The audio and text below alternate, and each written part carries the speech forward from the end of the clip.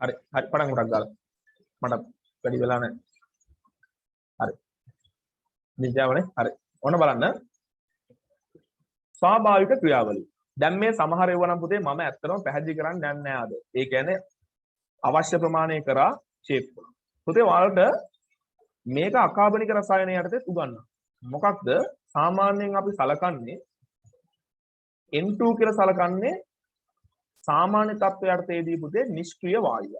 සාමාන්‍ය තත්ත්වය යටතේදී අපි N2 සලකන්නේ පුතේ මොන වායුවක් විදියටද? නිෂ්ක්‍රීය වායුවක් විදියට. ඔයාලා S ගොනුවට හිටපු කට්ටියට මතක නම් ලිතියම් එක්ක හරි කමක් නැහැ N2 ප්‍රතික්‍රියා කරේ රත් කරපුවාමනේ. ඒතර සාමාන්‍යයෙන් N2 පුතේ O2 වගේ වායුත් එක්ක ප්‍රතික්‍රියා කරන හරිම අකමැතියි. මොකද අපි සලකන්නේ සාමාන්‍යයෙන් N2 සාමාන්‍ය තත්ත්වයට තියෙන නිෂ්ක්‍රීය වායුවක් විදියට.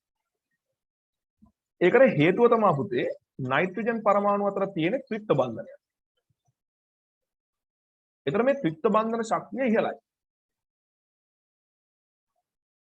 මේ බන්ධන ශක්තිය ගොඩක් වැඩි. ඒ නිසා පුතේ N2 කියන වායුව සාමාන්‍ය ඔයාලා දන්නවා වායු ගෝලයේ වැඩිම ප්‍රතිශතයකින් N2 ඉන්නවා. නමුත් එහෙම N2 හිටියට N2 කාත් එක්ක ප්‍රතික්‍රියා කරන්න කැමති නැහැ.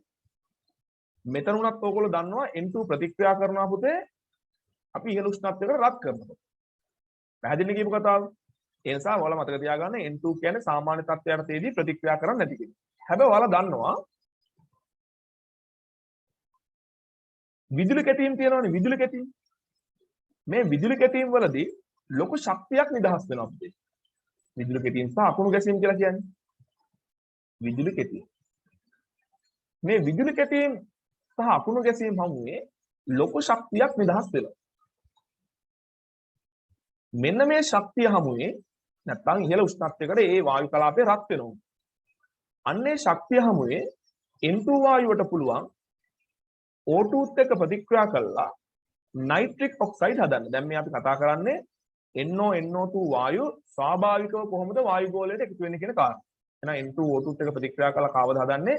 අකුණු ගැසීම් සහ විදුලි කැටීම් හමුවේ NO වායු හදනවා. මේ NO වායුවේ විශේෂත්වයක් තියෙනවා පුතේ. ඔක්සිජන් තිබ්බොත් හරි ඉක්මනට තවදුරටත් ඔක්සිකරණය වෙලා NO2 බවට පත් වෙනවා. එහෙනම් දැන් ඔයාලට කිව්වොත් එහෙම NO2 වායු ගෝලයට එකතු වෙන ස්වාභාවික ක්‍රියාවලියක් ලියන්න කියලා ඔයාලට ලියන්න පුළුවන් පුතේ. විදුලි කැටීම් සහ අකුණු ගැසීම් ඇති විට N2 වායු ගෝලයේ N2 වායුව O2ත් එක්ක ප්‍රතික්‍රියා කරලා නයිට්‍රික් ඔක්සයිඩ් හදනවා. එම නයිට්‍රික් ඔක්සයිඩ් නැවත O2 සමග ප්‍රතික්‍රියා කරලා NO2 හදනවා. අපි සාමාන්‍යයෙන් පුතේ මේකට කියන්නේ NO ඔක්සිකරණය වෙනවා කියලා. හරිද? මොකද ඒකට හේතුව මෙතන මෙයාගේ ධන දෙක ඔක්සිකරණ අවස්ථාව මෙතන ධන 4 බවට පත් වෙනවා. එනිසා අපි මේ වචන වලින් කියනවා. අපි කියනවා NO නැවත O2 සමග ප්‍රතික්‍රියා කරලා නැත්නම් O2 හමුවේ NO2 බවට ඔක්සිකරණය වෙනවා කියලා. හරි. අපි ගියොත් රිසෝස් බුක් එකට අපි ඒක දකින්න හම්බ වෙනවා. මේ බලන්න. අකුණු ගැසීම් ක්‍රියාවලියේදී වාතයේ ඇති නයිට්‍රජන් ඉහළ උෂ්ණත්ව තත්ත්ව යටතේ වායු ගෝලීය ඔක්සිජන් සමග ප්‍රතික්‍රියා කර NO සහ NO2 වායු නිපදවයි. හරිද? ඉතින් ඔයාලට මේ වගේ තැන්වල විශේෂ කාරණා විදිහට දාගන්න පුළුවන්. N2 සාමාන්‍ය තත්ත්ව යටතේදී නිෂ්ක්‍රීය වායුවක් ලෙස සැලකේ. හරිද? ඒකට හේතුව නයිට්‍රජන් පරමාණු දෙක අතර පවතින ඉහළ බන්ධන ශක්තිය. නැත්නම් ඉහළ බන්ධන නැත්නම් නයිට්‍රජන් පරමාණු අතර පවතින ත්‍රිත්ව බන්ධනයේ ස්ථායීතාවය. ඒතර මේ අකුණු ගැසීම් වගේ ක්‍රියාවලින් නිසා තමයි පුතා මෙන්න මේ ප්‍රතික්‍රියා දෙක සිදු වෙන්නේ. මේක ඉස්සරහෙන් දාගන්න. අකුණු ගසන විට නැත්නම් මෙන්න මේ පළවෙනි ප්‍රතික්‍රියාව තමයි ඇත්තටම වැදගත් වෙන්නේ අකුණු ගසන. ඒක තමයි වෙන්න අමාරු එක. අකුණු ගැසීම. හටි ලෑස්තිද ඊළඟ එකට යන්න? හරිද? ඊට එසේම යමහල් විදාරණය, කියන්නේ ගිනි කඳු පිපිරීම සහ පරිසරයේ ජීවත් වෙන නයිට්‍රී හාරී බැක්ටීරියා මගින්ද NO සහ NO2 නිපදවේ. දැන් මම බයොලොජි පැත්තට යන්නේ නැහැ. නයිට්‍රී හාරී බැක්ටීරියා. මම පොඩ්ඩක් කියන්නම් මොකද. යමහල් විදාරණය කියන්නේ මොකක්ද? ඒ කියන්නේ ගිනි කඳු පිපිරීමේදී ඔය කියන NO2 වායු ගෝලයට යන්න පුළුවන්. මොකද ඒකට හේතුව පුතේ එකතු වෙන්න පුළුවන්. මොකද ගිනි කඳු පිපිරීමේදී ඉහළ තාපයක් නිෂ්පාදනය වෙනවා. ඉහළ උෂ්ණත්වයකට රත් වෙනවා. ඒ හැමුවේ ඔය නයිට්‍රජන් අඩංගු සංයෝග ප්‍රතික්‍රියා කරලා NO2 කියන වායුව හැදෙන්න පුළුවන්. NO2 වායු හැදෙන්න පුළුවන්. ගිනි කඳු පිපිරීමේදී. ඒතර ඔව MCQs වල වගේ අහනවා. ඒ කියන්නේ ගිනි කඳු වායු ගෝලයට NO2 උදාහරණ විදියක් විදියට ගිනි කඳු පිපිරීම ගන්න පුළුවන්. දැන් රිසෝස් බුක් එකේ තියෙනවනේ. එහෙනම් ඔව් හරිද? ඔව්. ඊළඟට ඔයාලට ඔය නයිට්‍රජන් චක්‍රය. පුතේ ඉස්සර තිබ්බා මම ස්ක්‍රීන් එක අයින් කරා. ඉස්සර තිබ්බා අපිට ඔයාලගේ පරණ රිසෝස් බුක් එකේ ඉන්න මම ඔයාලට පෙන්නන්නම් එකක්. මේකත් පොඩ්ඩක් දැනගෙන ඉන්න එක හොඳයි. හරිද? පරණ රිසෝස් බුක් එකේ තිබ්බා මේ බලන්න. ඔයාලට ඕන නම් මේක ටික් ගාලා පොඩ්ඩක් ලියා ගන්න මම මේ කියන පෙන්වන කාරණය. මම පුළුවන් තරම් අමතර කාරණා ටික පෙන්නන්නම් පුළුවන් තරම්. හරි? වෙලාවත් ඉතුරු කරගෙන. ඉස්සර තිබ්බා ඔයගොල්ලන්ට නයිට්‍රජන් චක්‍රය. දැන් නෑ මං හිතන්නේ මම බැලුවත් නෑ මට මතකත් නෑ. හරි? බැලුවේ නෑ කියලා මට මතක නෑ. ගිය අවුරුද්ද ඉගෙනුවා මොනවද කියලා මතක නෑ. හරි. මම ඔයාලට පෙන්නන්න නයිට්‍රජන් චක්‍රය. මොකද මේ පෙන්නන එක ලේසි නෑ. මොකද මේ පරණ රිසෝස් බුක් එක හරි වේගෙන් යනවා අපි. පොඩ්ඩයි නේද? හරි. මේ බලන්න. ඔන්න අවශ්‍ය කරුණු තිබ්බොත් දාගන්න. හරි? මේ බලන්න. මෙන්න තියෙනවා නයිට්‍රජන් චක්‍රය පුතේ. ඔය මේ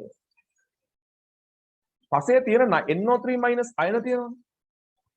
ඔය පසේ තියෙන NO3- අයන පුතේ හැදෙන ක්‍රම දෙකක් තියෙනවා. එකක් තමයි බැක්ටීරියා වලටම පුළුවන් NO3- යම් අයන ප්‍රමාණයක් ජනනය කරන්න. දැන් මේ තියෙන්නේ අපි දැන් හිතන්නකෝ පොහොරක් ගැහුවා කියලා පොහොර NH4+ අයන පොහොර ගැහුවා කියලා. ඒ NH4+ අයන මේ බැක්ටීරියා වලට පුළුවන් NO2- කරන්න. ආයෙත් තව බැක්ටීරියා වලට නයිට්‍රොසොමනාස් වලට පුළුවන් NH4+ අයන NO2- කරන්න. පස්සේ නයිට්‍රෝබැක්ටර් ෆැක්ටර් නෙමෙයි බැක්ටර් හරි නයිට්‍රෝබැක්ටර් වලට පුළුවන් NO2- NO3- බවට පත් කරන්න. ඒ කියන්නේ පසේ පුතේ NO3- හදන්නත් බැක්ටීරියා වලට පුළුවන්. හැබැයි ඒ වගේම හරිද? ඒ වගේම මේ සමහර මෙතන නම් මේ නයිට්‍රිහාරී බැක්ටීරියා වලින් හැදෙන්නේ N2 වායුව. ඒ වගේම පුතේ මේ නයිට්‍රජන් අඩංගු සංයෝග නැවත වෙනත් ද්‍රව්‍ය බවට පත් කරන්න පුළුවන් බැක්ටීරියා වර්ගත් පසේ ඉන්නවා. මට මේ නිකන් පෙන්වන්න ඕනේ බැක්ටීරියා වලටත් පුළුවන් මේ නයිට්‍රජන් අඩංගු අයන එක්ක පොඩි ගනුදෙනු කරන්න. අන්න එතනින් තමයි ඔය කෑල්ල බිඳිලා එන්නේ. හරි. ඒතර ඔයාලා මතක තියාගන්න මෙතන මේ පසේ ජීවත් වෙන නයිට්‍රිහාරී බැක්ටීරියා මගින් කියලා කියන්නේ ඔය පසේ තියෙන NO3- අයන. හරිද? මම මේක රසායනික ප්‍රතික්‍රියාව පුළුවන් වුණොත් ඔයාලට ප්‍රශ්න පත්‍රයක් කරහා උගන්වන්නම්. කොහොමද මේ NO3- අයන NO2 බවට පත් වෙන්නේ? ඒක ඇත්තටම විභාගයට අහන්න බය වෙන්න එපා. ඒතර මතක තියාගන්න මේ පසේ තියෙන NO3- අයන ආදිය සමහර බැක්ටීරියා මගින් කවුරු බවට පත් වෙනවද? NO සහ NO2 බවට පත්. අපි සාරාංශයක් අවසානට කතා කරමු නේද? එහෙනම් පුතේ දැන් අපි දැනට පොඩ්ඩක් මතක් කරගමු. අපි ආකාර තුනක් කතා කරා. ආකාර තුනක් කතා කරා. මොකක්ද ආකාර තුන?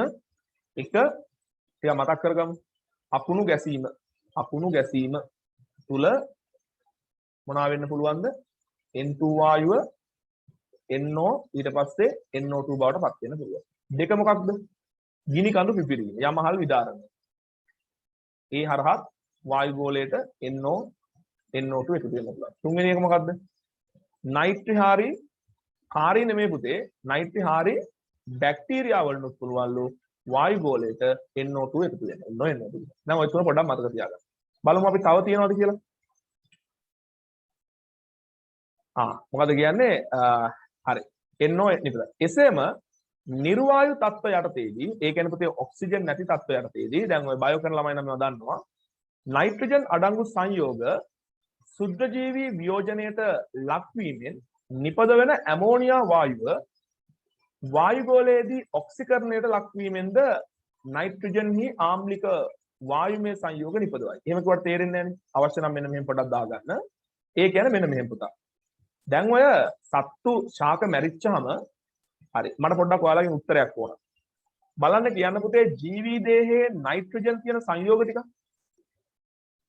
ජීවී දේහයේ නයිට්‍රජන් අඩංගු සංයෝග. ඔයාලා දන්න මොනවා හරි. මට පොඩි උත්තරයක් දෙන්නකෝ. ඔයාලත් කම්මැලි කමේ නැත්තේ. ජීවී දේහයේ නයිට්‍රජන් අඩංගු සංයෝග. බලන්න දාන්න. කීප දෙනෙක් බයෝ කරන ළමයි මම දන්නවා. අනිත් කට්ටියක් දාන්න. මම දන්නවා උත්තරේ එනවා කියලා.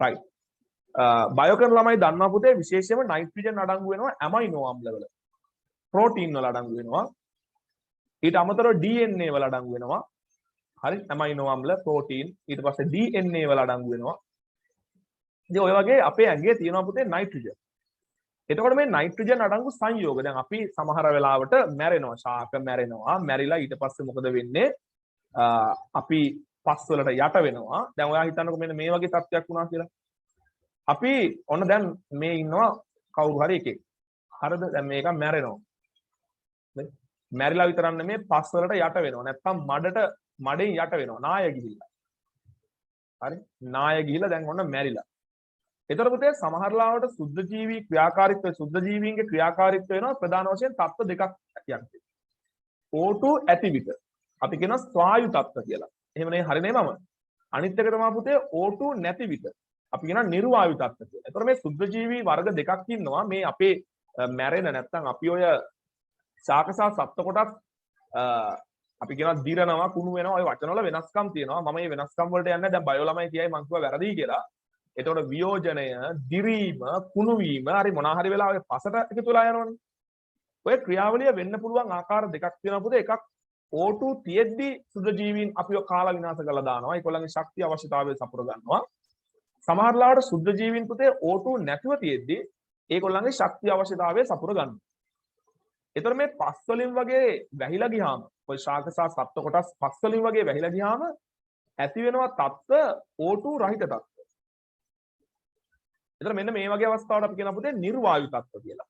නිර්වායු තත්ත්ව. මෙන්න මේ වගේ අවස්ථාවන් වලදී සුද්ධ ජීවීන්ගේ ක්‍රියාකාරීත්වය නිසා ඔය අපේ දේහයේ තියෙන ශාකවල තියෙන මේ නයිට්‍රජන් අඩංගු සංයෝග වලින් නිෂ්පාදනය වෙන්න පුළුවන්ලු ඇමෝනියා වායු. ඒක තමයි කියන්නේ. ඇමෝනියා වායු. ඒතර ඔයගොල්ලෝ දන්නවා පුතේ ඇමෝනියා ගත්තාම නයිට්‍රජන් වල ඔක්සිකරණ අවස්ථාව ඍණ 3යි. එතන මේ වායුගෝලීය වාතයේ හමුවේ මෙන්න මේ ප්‍රතික්‍රියාව ටිකක් දාගන්නකො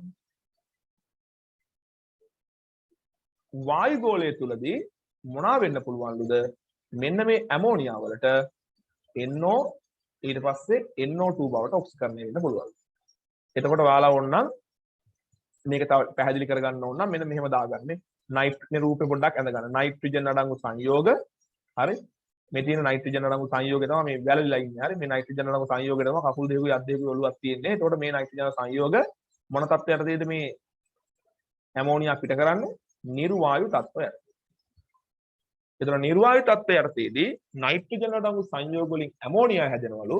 පස්සේ පුතේ ඒ ඇමෝනියා වායුගෝලීය ඔක්සිජන් එක්ක ප්‍රතික්‍රියා කරලා NO සහ NO2 බවට පත් වෙන පුළුවන්. එහෙනම් දැන් ඔයාලට NO NO2 පිට වෙන්න පුළුවන්. මම මේ වීඩියෝ එක නවත්තන්න කලින් ඔය හැමෝගෙම ඔය ප්‍රශ්න ටික අහලා නවත්තන්නේ. ටක් ටක් ගාලා කියන්න පුළුවන් වෙන්න ඕන. NO NO2 පිට වෙන්න පුළුවන් ක්‍රම 4ක් ඉගෙනුවා. ක්‍රම 4ක්. එක අකුණු ගැසීමේදී, දෙක ගිනි කඳු පුපිරීමේදී, තුන නයිට්‍රීහාරී බැක්ටීරියා වගේ ඔයාලත් ඒ ගානට මතක තියාගන්න ඕනේ. ඊට පස්සේ දැන් උගන්නපු එක නිර්වායු තත්ත්වයටදී නයිට්‍රජන් අඩංගු සංයෝග වලින් මුලින් ඇමෝනියා හැදිලා පස්සේ ඒ ඇමෝනියා වායුගෝලීය ඔක්සිජන් හමුවේ NO සහ NO2 බවට පත් වීම. පැහැදිලිද? දැන් ඔන්න ඔය කියන ක්‍රමයටදී පුතේ වායුගෝලයට ඔය කියන නයිට්‍රජන්ගේ ආම්ලික ඔක්සයිඩ් එකතු වෙන්න පුළුවන්. ආම්ලික ඔක්සයිඩ් එකතු වෙන්න පුළුවන්. පැහැදිලිද කියපු දේ? right. හැබැයි මේ එකතු වෙන ආම්ලික ඔක්සයිඩ් වල ප්‍රමාණය ඉතාමත් කුඩායිලු. මේ වායුගෝලයේ තියෙන විශාලත්වය වායුගෝලයේ තියෙන වෙනත් වායුන් එක ගත්තාම පුතේ ඔය ස්වාභාවික ක්‍රියාවලින් එකතු වෙන NO NO2 ප්‍රමාණය හරි අඩුයිලු පුතේ.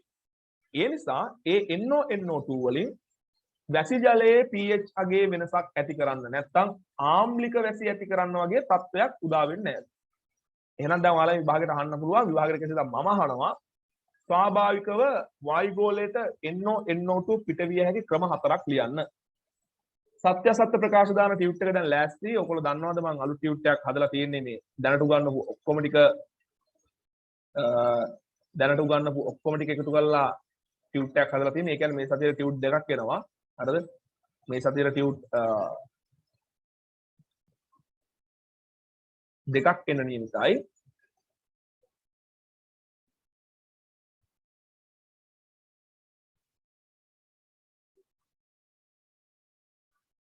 හරි මම ඔහොම මීටින් එකේ ඉන්න ගමන් මොකලන්න පුළුවන් වුණොත් දාන්නම්. එතකොට මම අන්න ඒකේ සත්‍ය අසත්‍ය මේ පාර ලිව්වද කොහෙද? මට මතක නැහැ හරියටම මොකද්ද කරේ කියලා. මේ අලුත් මේ ඔයාලටම ලියපු අලුත් ටියුට් එකක් තියෙන එක. හරි. එතකොට සත්‍ය අසත්‍ය ප්‍රකාශවල මම දානවා අනිවාර්යයෙන්ම ඔය කාරණේ මම අහනවා. මොන කාරණේද? ස්වාභාවික ක්‍රියාවලින් වායු ගෝලයට නිදහස් වෙන NO2 හරිද? අම්ල වැසි ඇතිවීම සඳහා තදින් බලපානු ලබයි. නැත්තම් ප්‍රධාන වශයෙන් හේතු වේ. එතකොට ඔයාලා වැරදි දැම්මේ නැත්තම් බලාගෙනයි. හරිද? පැහැදිලි නේද? එහෙනම් දැන් අපි යමු මිනිස් ක්‍රියාකාරකම් වලට. මිනිස් ක්‍රියාකාරකම් වලට. right. ප්‍රධාන වශයෙන්ම පුතේ මෙතන මතක තියාගන්න තියෙන එක කාරණයක්. ඒ නිසා මාර ලේසි. මොකක්ද? දැන් ඔයාලා දැක්ක නේද? මේ N2ට O2ත් එක්ක ප්‍රතික්‍රියා කරන්න පුළුවන් මොන වගේ තත්ත්වවලදීද? ඉහළ උෂ්ණත්වවලදී ප්‍රතික්‍රියා කරන්න පුළුවන්. හරිද? ඉහළ උෂ්ණත්වවලදී. හරි. දැන් ඔන්න ඔයාලගේ ගෙවල් වල සමහර ගෙවල් වල කාර් ඇති, සමහර ගෙවල් වල මෝටර් බයිසිකල් ඇති, සමහර ගෙවල් වල ලොරි ඇති, සමහර ගෙවල් වල ලොරි නැතුව ඇති, සමහර ගෙවල් වල 3 wheeler ඇති, සමහර ගෙවල් වල 3 wheeler නැතුව ඇති, සමහර ගෙවල් වල ෆුට් සයිකල් ඇති. මේ දවස්වල තියෙන ෆුට් සයිකලෙත් ගම් වතුරට ගහගෙන ගිහලා ෆුට් සයිකලයක් වත් නැතුව ඇති. හරි කමක් නැහැ. හැමෝම පාරේ යන වාහනයක් හරි දැකලා තියෙනවනේ. ඒතර පුතේ ඔය වාහනවල රෝද කැරකෙන්නේ ඔකේ තියෙනවා එන්ජිම කියලා එකක්. දන්නවද? එන්ජිම කියලා එකක් තියෙනවා. දන්නවද නේ? එන්ජිම කියලා එකක් තියෙනවා. සාමාන්‍යයෙන් ප්‍රධාන වශයෙන් එන්ජින් වර්ග දෙකක් තියෙනවා. පෙට්‍රල් සහ ඩීසල් එන්ජින්. ඔය පෙට්‍රල් සහ ඩීසල් එන්ජින් ගත්තාම ඔය වගේ පොඩි පොඩි වෙනස්කම් තියෙනවා. මම පෙට්‍රල් එන්ජින් එකක් අඳින්නම්කෝ. පෙට්‍රල් එන්ජින් එකක් නෙමෙයි සාමාන්‍යයෙන් ඔන්න එන්ජින් එකක් අඳින්න. මේ එන්ජින් එකේ ප්‍රධාන වශයෙන්ම සිද්ධ වෙන දෙයක් තමයි පුතේ ප්‍රධාන වශයෙන්ම සිද්ධ වෙන දෙයක් තමයි මෙන්න මෙහෙම දෙයක් වෙන්නේ. ඕක ඇතුලේ තියෙනවා කුටීරයක්. හරිද? ඕක ඇතුලේ තියෙනවා කුටීරයක්. මේකට තියෙනවා සිලින්ඩරයක්. මේක ඇතුලේ තියෙනවා පිස්ටන් එකක්. හරිද? මේ පිස්ටන් එකට තියෙනවා පිස්ටන් අත කියලා එකක්. මේ පිස්ටන් අතට තමයි පුතේ ඔන්න ඔහොම එකක් යමක් සම්බන්ධ වෙලා. එතකොට මේ පිස්ටන් එක උඩ යට යන එක තමයි වෙන්නේ එන්ජින් එක ඇතුලේ. ඒතර ඇත්තටම මේ තියෙන එක ඔය ඇඳ වැරදි. කොහොම නෙමෙයි ඔක තියෙන්නේ. මෙන්න මෙහෙම තියෙන්නේ. සර් ඔව්. සර් අන්දින එක පේන්නේ.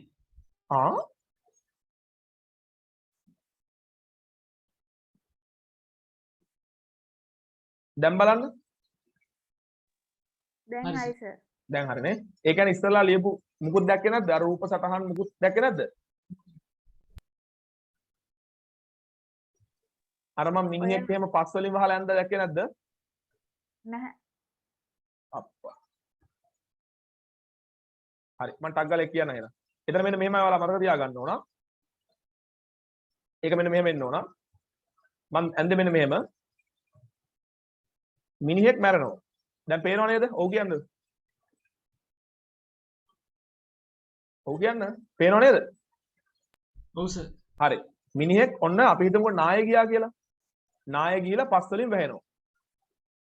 පස් වලින් වැහුණාම මම ඔයාලට කිව්වා සුද්ධ ජීවීන්ගේ ක්‍රියාකාරීත්වය වෙන්න පුළුවන් පුතේ ආකාර දෙකකට ඔක්සිජන් ඇති විට සහ ඔක්සිජන් නැති විට. ඔක්සිජන් ඇති විට සුද්ධ ජීවීන් ක්‍රියා කරනකොට නැත්නම් අපිව කාලා විනාශ කරනකොට අපි කියනවා ස්වායු තත්ත්වයටදී ඒ අපිව අපෙන් ඒ අපිව ආහාර විදිහට ගන්න එකනේ කරන්නේ පුතේ සුද්ධ ජීවීන්. ඒතර අපි කියනවා ස්වායු තත්ත්වයට ස්වායු තත්ත්වයටදී තමයි මේ ක්‍රියාවලිය සිද්ධ වෙන්නේ. ඔක්සිජන් නැති විට අපි කියනවා පුතේ නිර්වායු තත්ත්වය. මේ මයික් එක ඔන් කරලා කියන්න. නිර්වායු තත්ත්වය. ඒතර සාමාන්‍යයෙන් මේ වගේ මැරිච්ච මිනිස්සේ පස් වලින් වගේ වැහුණාම මඩෙන් වගේ යට වුණාම අපි කියන්නේ පුතේ මෙතන තියෙන්නේ ඔක්සිජන් නැති කලාපයක්. නිර්වායු. ඒතර දැන් ඕගොල්ලෝ කිව්වා මේ මිනිස් සිරුරක් ගත්තාම ප්‍රෝටීන් වගේ දේවල් වල නයිට්‍රජන් තියෙනවා කියලා. ඒතර මෙන්න මේ නිර්වායු තත්ත්වය යටතේ ඒ කියන්නේ ඔක්සිජන් නැති තත්ත්වය යටතේදී ඔය සුද්ධ ජීවීන්ට පුළුවන් පුතේ අපේ තියෙන නයිට්‍රජන් අඩංගු සංයෝග වලින් මොනවා වෙන්නද? ඇමෝනියා හදන්න. ඔන්න එහෙනම් දැන් මේ කියපු කාරණේ හොඳට තේරුම් ගන්න. මොකක්ද? නිර්වායු තත්ත්වය යටතේදී නයිට්‍රජන් අඩංගු සංයෝග ශාක සහ සත්තුන්ගේ තියෙන නයිට්‍රජන් අඩංගු සංයෝග කවුරු බවට පත් වෙනවද? ඇමෝනියා බවට පත් වෙනවා. ඊට පස්සේ පුතේ මෙන්න මේ ඇමෝනියා මොකද ඔයාලා ගෙදරින් තනියම කියව ගන්නකම් මේ රූප සටහන් එහෙම උදව් වෙනවා කියලා හිතනවනම් පාඩම තේරුම් ගන්න ඇඳ ගන්න. හරි. මේ ඇමෝනියා වායු ගෝලයට නිදහස් වුණාට පස්සේ පුතේ වායු ගෝලය තුලදී NO වායුව බවට පසුව NO2 වායුව බවට ඔක්සිකරණය වීමක් සිද්ධ වෙනවලු. මෙයාගේ ඍණ 3 ඔක්සිකරණ අවස්ථාව ධන 2 බවට පත් වීම ධන 4 බවට පත් වීම. ඒක තමයි වගන්තියක තිබ්බේ නිර්වායු තත්ත්වය යටතේදී නයිට්‍රජන් අඩංගු සංයෝග වලින් වායු ගෝලයට ඇමෝනියා නිදහස් වෙනවා. ඒ ඇමෝනියා නැවත වායු ගෝලය තුලදී NO සහ NO2 බවට පත් වෙනවා කියලා. හරි. මම හැම වෙලේම පේනවද කියලා අහනවා නැති වුණොත් නෑ කියලා කියන්නේ. නැත්තම් මුකුත් කියන්න එපා. හරි. මම ඔන්න එහෙනම් ස්වාභාවික ක්‍රියාවලි වලින් මම ඉගන්නවා NO2 පිට වෙන්න පුළුවන් ක්‍රම 4ක්. වීඩියෝ එක නවත්තන්න කලින් වාසනාවන්තයෝ දෙන්නෙක්ගෙන් මම මේ 4 අනිවාර්යෙන් අහනවා. එහෙනම් ඔන්න මතක තියාගන්න ඕන. 1 අකුණු ගැසීම, 2 ගිනි කඳු පිපිරීම, 3 නයිට්‍රීහාරී බැක්ටීරියා මගින් NO2 පිටවීම, 4 නයිට්‍රජන් අඩංගු සංයෝග. මෙන්න මේක තමයි කියාගන්න අමාරු පොඩ්ඩක්. ඒක මම බයෝ ළමයිගෙන් අහන්නේ. නයිට්‍රජන් අඩංගු සංයෝග නිර්වායු තත්ත්වය යටතේදී ඇමෝනියා බවට පත්වීම සහ ඒ ඇමෝනියා කවුරු බවට පත්වීමද? NO2 බවට පත්වීම. හරි. හැබැයි නෝට් එකේ තියෙනවා පුතේ මේ ස්වාභාවික ක්‍රියාවලින් නිදහස් වෙන NO2 ප්‍රමාණය නොසලකා හල හැකි මට්ටම. ඒ කියන්නේ මේ වායු ගෝලයේ තියෙන අනිත් වායුත් එක්ක ගත්තා. වායු ගෝලයේ තියෙන විශාලත්වයත් එක්ක ගත්තාම මේ NO2 කියන එක සැලකිය යුතු හානියක් කරන්න, අම්ල වැසි ඇති කරන්න හේතු වෙන්නේ නැහැ කියලා. පැහැදිලි? මම යනවා අලුත් ස්ලයිඩ් එකකට. හරි. පේනවා ඇති කියලා හිතන හැමෝටම. දැන් අපි යනවා පුතේ මිනිස් ක්‍රියාකාරකම් වලින් කොහොමද වායු ගෝලයට NO සහ NO2 නිදහස් වෙන්නේ කියලා බලන්න. මිනිස් ක්‍රියාකාරකම් වලින් නිදහස් වෙන ප්‍රධාන ආකාර එකයි ඔයගොල්ලන්ට දීලා තියෙන්නේ. නිසා මේක ලේසි. දරුවෝ වාහනවල එන්ජින් වර්ග දෙකක් තියෙනවා, පෙට්‍රල් එන්ජින් සහ ඩීසල් එන්ජින් කියලා. සරලව එන්ජින් එක මෙන්න මේ වගේ දෙයක් වෙන්නේ. එන්ජින් එකක් ගත්තාම ඔයාලා පොඩ්ඩක් ඔය වාහනයක එන්ජින් එකක් එහෙම ගැලෙව්වොත් අහක බලාගෙන යන්න එපා, පොඩ්ඩක් ඔයා බලලා ඉගෙන ගන්න. එන්ජින් එකක් ගත්තාම පුතේ එන්ජින් එක ඇතුලේ තියෙනවා සිලින්ඩරය කියලා එකක්. ඔය සිලින්ඩරය ඇතුලේ පිස්ටන් එකක් උඩ යට යනවා.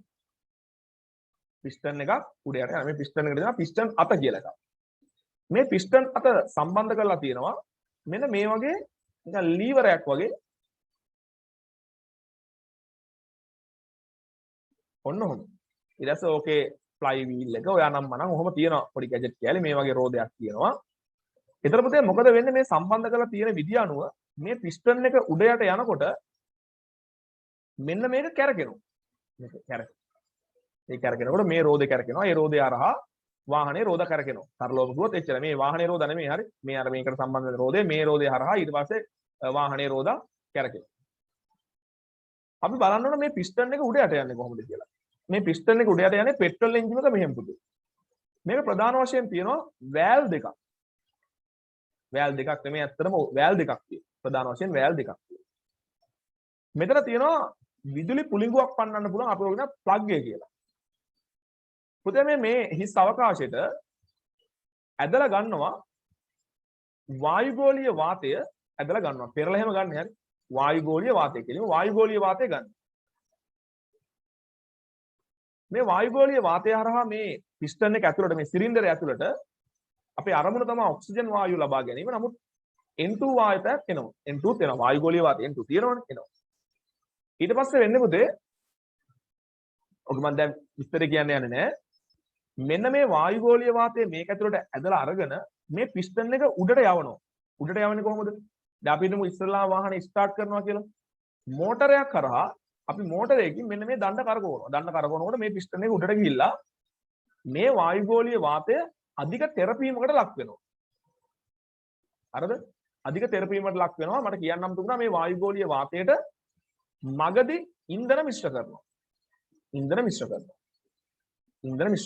ඔය කාබියුරේටර් එකේ අහලා තියෙනවද බයික් වල තියෙනවා. එතකොට මේ ඉන්ධන මිශ්‍ර කරපු වායුගෝලීය වාතය තමයි මේක ඇතුළට එන්නේ. ඊට පස්සේ පිස්ටන් එක උඩට ගිහිල්ලා මේ ඉන්ධන මිශ්‍ර වෙලා තියෙන වායුගෝලීය වාතය හරිද? ඉතා ඉහළ තෙරපුමකට ලක් කරනවා. තෙරපුමකට ලක් කරලා මොකද කරන්නේ? මෙන්න මේ ප්ලග් එකෙන් පොඩි විදුලියක් පන්නනවා.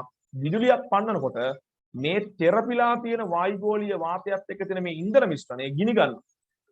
ගිනි ගන්නකොට ලොකු පිපුරුමක් සිද්ධ වෙනවා. එන්ජින් එක පිපුරලා යන්නේ නැහැ.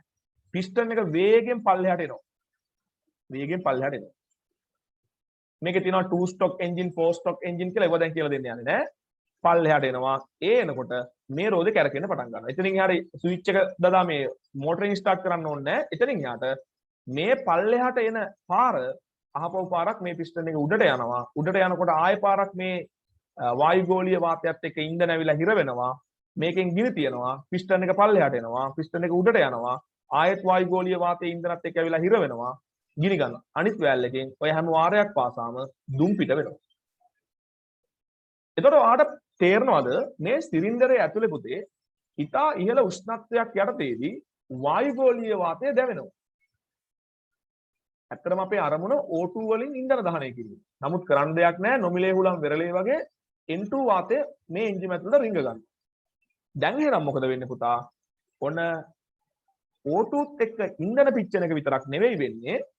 අර එන්ජිම ඇතුළට ඇදලා ගත්ත N2 වාතය අයි අපි කියවනේ N2ට හොඳ උෂ්ණත්වයක් තිබ්බොත් ඔක්සිජන් එක ප්‍රතික්‍රියා කරන්න පුළුවන් කියලා. එහෙනම් පුතේ මේවට කියනවා අභ්‍යන්තර දහන එන්ජින් කියලා. මේ අභ්‍යන්තර දහන එන්ජින් ඇතුලේ වායුගෝලීය වාතයේ ඉන්ධනත් එක්ක ප්‍රතික්‍රියා කරනවා. ඉතා ඉහළ උෂ්ණත්වයක අන්නේ උෂ්ණත්වයේ හැමුවේ වායුගෝලීය වාතයෙන් ආපු N2 O2ත් එක්ක ප්‍රතික්‍රියා කරලා NO හද.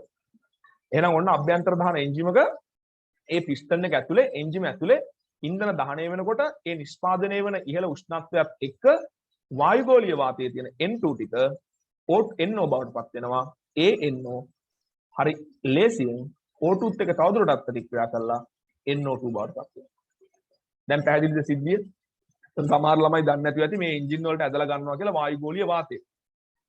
ඔය අහලා ඇති ඔය හැම වාහනයකම වගේ තියෙනවා එයා කීන එක. එයා කීන කියලා කිව්වට ඒක ඇත්තටම එයා ක්ලීන. හරිද? කියන්නේ එයා කීන කියලා කට්ටිය. එයා ක්ලීන. එයා ක්ලීන කියලා කියන්නේ පුතේ සාමාන්‍ය වායුගෝලීය වාතය ඇදලා ගන්නකොට ඕකේ තියෙන දූවිලි අංශු අනම්මනම් ඔය තියෙන දේවල් අයින් කරලා පිරිසුදු වාතය තමයි මේ එන්ජිම ඇතුළට ඇදලා ගන්න. ඒ නිසා ඔය එයා ක්ලීන කියලා ඔය බස් වල එහෙම තියෙනව නේද? එයා ක්ලීන එක නම් පේන්නේ නැහැ. රේඩියේටර් එක පේන්න තියෙන්නේ. ඔය එයා ක්ලීන කියලා තියෙනවා. ඔය අහලා බලන්න පොඩ්ඩක් තාත්තේ බයික් එකේ එයා ක්ලීන එකක් තියෙනවද? නැත්නම් කාර් එකේ එයා ක්ලීන එකක් තියෙනවද? ත්‍රී වීලර් එකේ එයා ක්ලීන එකක් තියෙනවද? පොඩ්ඩක් අහලා බලන්න. ඒතර එයා ක්ලීන එක හරහා වායුගෝලීය වාතය එන්ජිම ඇතුළට ඇදලා ගන්නවා. එන්ජිම තුල ඒ වායුගෝලීය වාතයේ ඉහළ උෂ්ණත්වයක් යටතේ ඉන්ධනත් එක්ක ප්‍රතික්‍රියා කරනවා. ඇත්තටම ප්‍රතික්‍රියා වෙන්නේ O2 ඉන්ධනයි. නමුත් ඒ ඇස්සේ N2 O2 එක ප්‍රතික්‍රියා කරලා NO සහ NO2 හදනවා. දැන් පැහැදිලිද? ඒක තමයි මේ කියන්නේ. මොකද කියන්නේ? නයිට්‍රජන් අඩංගු වායුමය ආම්ලික සංයෝග වායුගෝලයට මුදාහරින ප්‍රධාන මිනිස් ක්‍රියාකාරකම නම් වාහන ධාවනයේදී සිදු කරන ඉන්ධන දහනයයි. අභ්‍යන්තර දහන එන්ජිම වාහන එන්ජිම තුල ඉතා අධික පීඩනයක් තුල වාතය සහ ද්‍රව ඉන්ධන අධික උෂ්ණත්වයක් යටතේ දහනයට ලක් කර ශක්තිය ලබා ගනී. සාමාන්‍ය තත්ත්වය යටතේදී නිෂ්ක්‍රීය වන වායුගෝලීය N2 ඔයාලට මම හිතන්නේ දැන් පේන්නේ මගේ PDF එක රිසෝස් බුක් එක. එහෙම නැත්නම් නැහැ කියලා කියන්න. නැත්නම් ඔයාලක බලා ගන්න. තත්ත්වය යටතේදී නිෂ්ක්‍රීය වන N2 වායුව මේ අධික උෂ්ණත්වය සහ පීඩන තත්ත්ව යටතේදී ඔක්සිජන් සමග ප්‍රතික්‍රියා කර ප්‍රධාන වශයෙන් නයිට්‍රික් ඔක්සයිඩ් නිපදවයි. මේ නයිට්‍රික් ඔක්සයිඩ් තවදුරටත් වායුගෝලයේදී ඔක්සිකරණය වී නයිට්‍රජන් ඩයොක්සයිඩ් සාද. දැන් මෙතන නම් කියන්න පුතේ වායුගෝලයේදී ඔක්සිකරණය වෙනවා කියලා. එයාට එන්ජිම තුලදීම ඕන O2ත් එක්ක NO2 හදන්න පුළුවන්. ඔයාලා මේ දෙයක් මතක තියාගන්න පුතේ කර්මාන්ත රසායනයේට උත්තර ලියනකොට අනිවාර්යයෙන්ම මේ පැහැදිලි කිරීම ලියන්නත් ඕන රසායනික ප්‍රතික්‍රියා ලියන්නත් ඕන. ප්‍රතික්‍රියා විතරක් ලියලා හරියන්නේ නැහැ. මේ පැහැදිලි කිරීම විතරක් ලියලා හරියන්නේ නැහැ. ඒගොල්ලෝ පැහැදිලි කිරීම ඉල්ලන්නෙත් නැහැ. හැබැයි ඔයාලා හැම වෙලේම මතක තියාගන්න අදාළ වගන්ති වලින් පැහැදිලි කිරීම කරලා තමයි රසායනික ප්‍රතික්‍රියා ලියන්නේ. හරි? ඔන්න දැන් වායුගෝලීය වාතයේ තියෙන N2 එන්ජිම ඇතුලේ O2ත් එක්ක ප්‍රතික්‍රියා කරලා NO හදනවා. මේ NO මේ එන්ජිම ඇතුලේම පුතේ NO2 වෙන්නත් පුළුවන්. එහෙම නැත්නම් දුම් බටෙන් එළියට ආවොත් කොහොමත් වායුගෝලීය වාතයේ හමුවේදී NO2 බවට පත් වෙනවා. දැන් වැඩේ ගොඩනේ. ප්‍රශ්නයක් නැහැ. මෙන්න මෙතනදී කියනවා මෙන්න මේ මිනිස් ක්‍රියාකාරකම් නිසා. එහෙම නැත්නම් මේ විදිහට එන්ජින් වලින් දහණය වෙලා එන්ජින් වලින් නිකුත් කරන NO2 නම් පුතේ මොනවාට හේතු වෙනවද? අම්ල වැසි වලට හේතු වෙනවලු. එහෙනම් මෙතනින් අපිට කියනවා ස්වාභාවික ක්‍රියාවලිය වලදී නිදහස් වෙන NO2 වායුව අම්ල වැසි වලට හේතු වෙන්නේ නැහැ. නමුත් මිනිසාගේ ක්‍රියාකාරකම් නිසා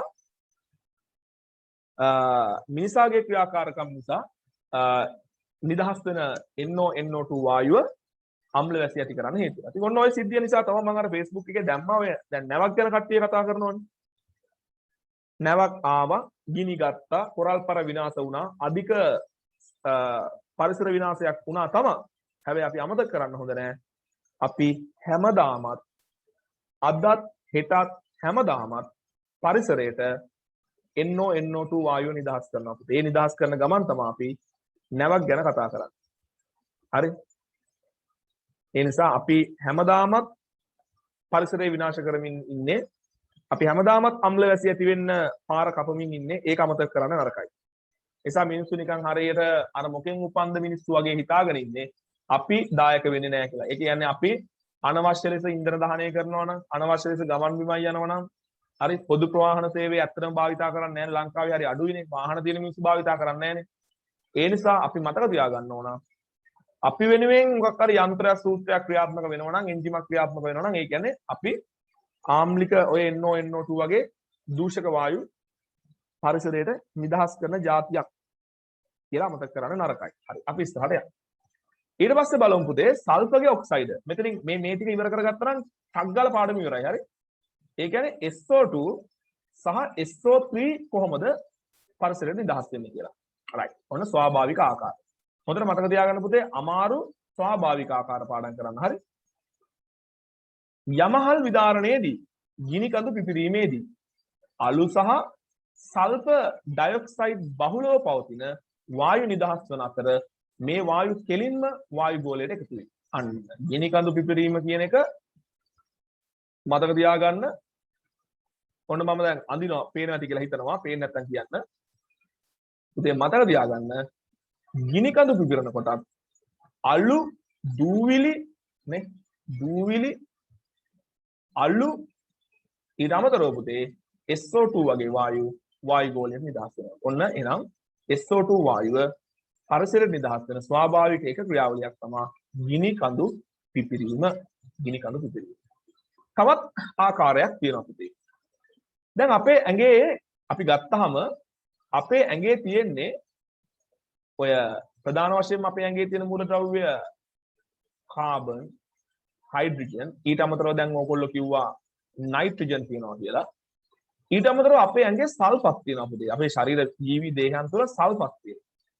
පොඩක් කියන්න බලන්න බයෝ කරන ළමයෙක් සල්ෆ තියෙන සංයෝග මොනවද තියෙන අපේ ඇඟේ? අපේ ඇඟේ සල්ෆ තියෙනවද? කොහොමද කියේ? අපේ ඇඟේ සල්ෆ අඩංගු එක සංයෝගයක් කිය.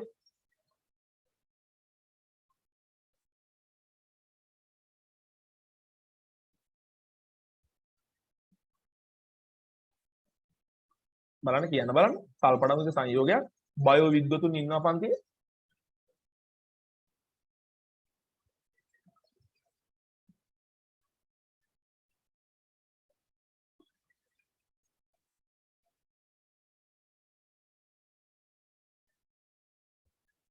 අයියෝ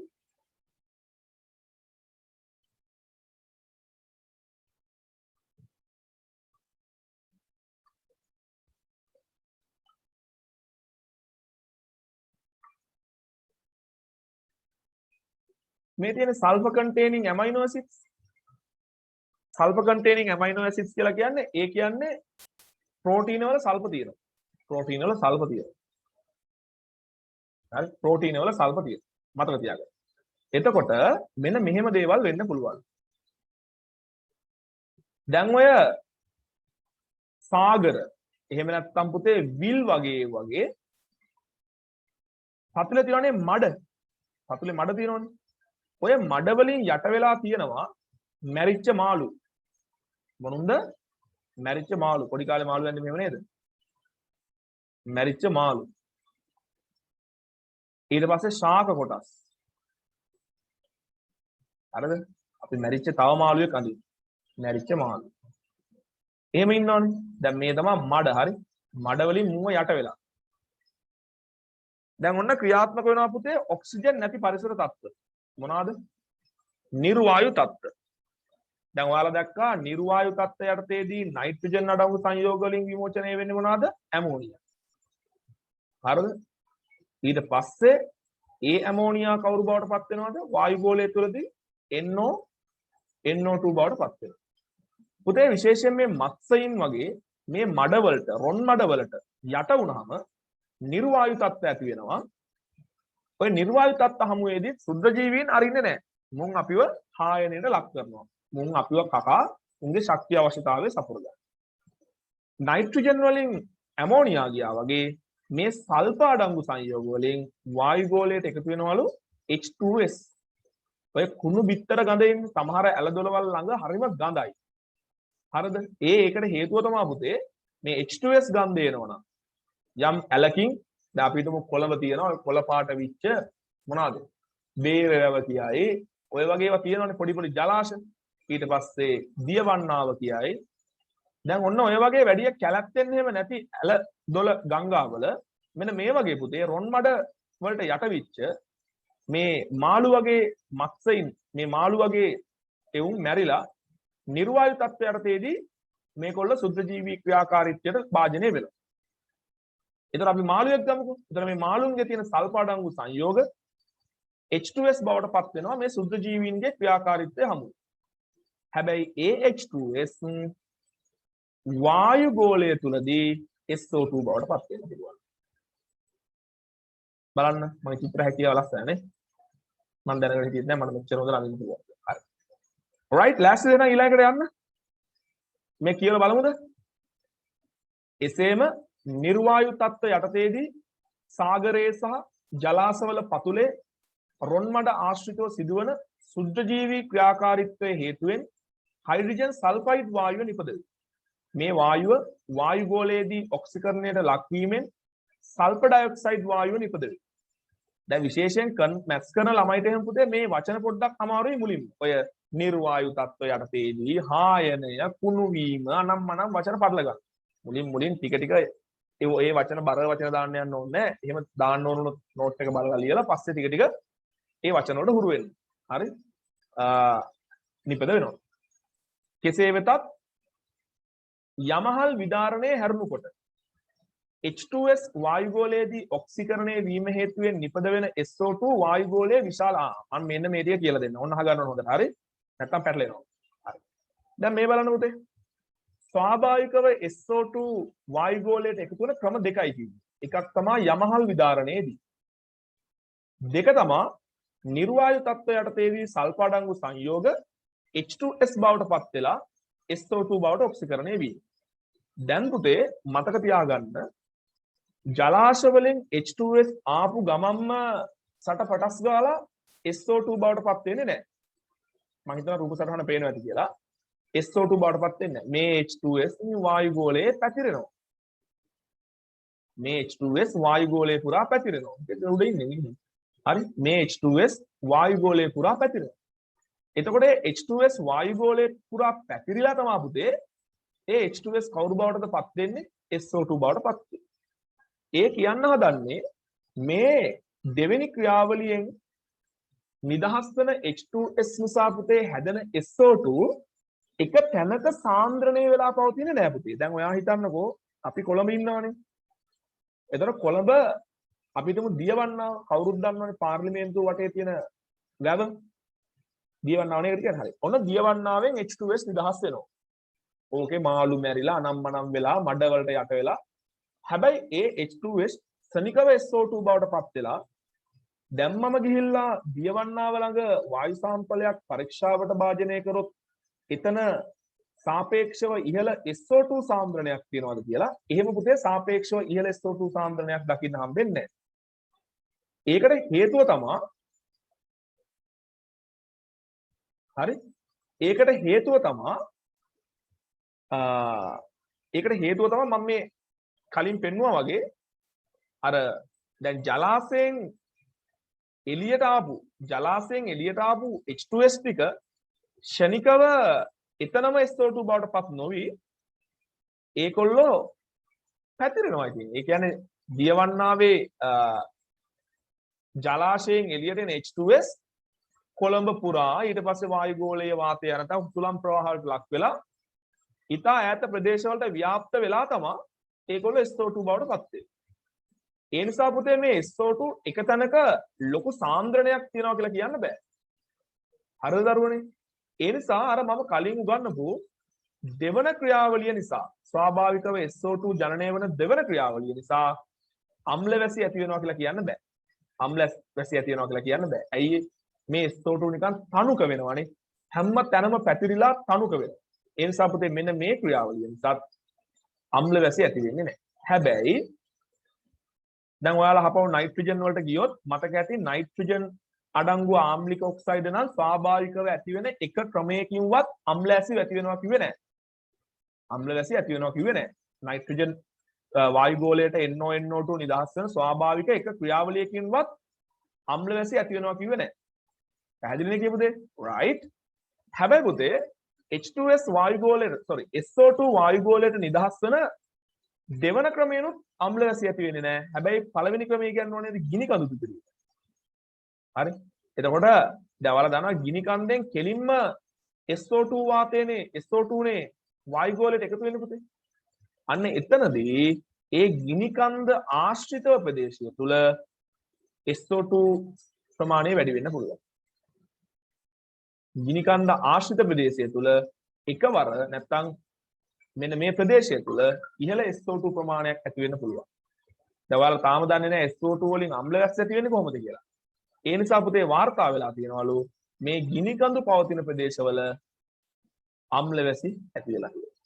ඒ නිසා මතක තියාගන්න ස්වාභාවිකව SO2 නිදහස් වෙන මෙන්න මේ ගිනි කඳු විදාරණය යමහල් විදාරණය සිදුවන ප්‍රදේශවල ඒ නිදහස් වෙන SO2 නිසා අම්ල වැසි ඇති වෙන්න පුළුවන්.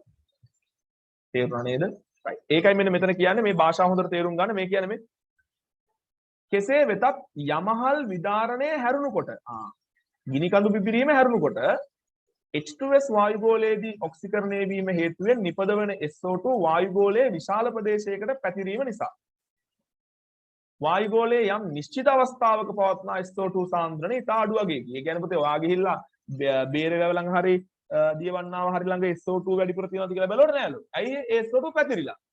අර නිදහස් වෙන H2S හැමතැනම පැතිරිලා. ඒ නිසා එහෙම නිශ්චිත දනක SO2 වැඩියෙන් තියෙනවා කියලා හොයන්න බැයිලු. ඔය දෙවෙනි ක්‍රමයට H2S හරහා SO2 හැදෙන එහෙම ඒක එච්චර එක තැනක SO2 වැඩි කරන්න හේතු වෙන්නේ නෑලු. හැබැයි කියනවා එබැවින් ස්වාභාවිකව වායුගෝලයට එකතු වෙන සල්ෆර් ඩයොක්සයිඩ් හේතුවෙන්ද වැසි ජලය ආම්ලික වීමට දායකත්වයක් නැති තරම්ය. නමුත් මෙතන කියනවා යමහල් විදාරණය වූ පසු ඒ ආශ්‍රිත ප්‍රදේශවලට සීමා වූ අම්ල වැසි වාර්තා වී ඇත.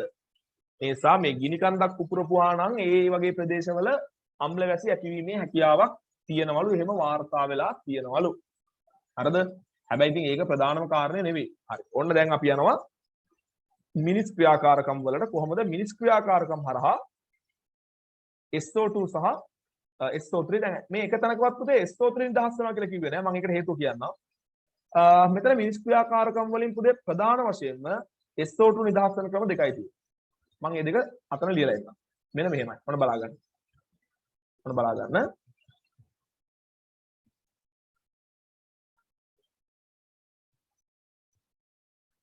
ඔන්න බලා ගන්න. මම හිතනවා කට්ටියටම මම අඳින එක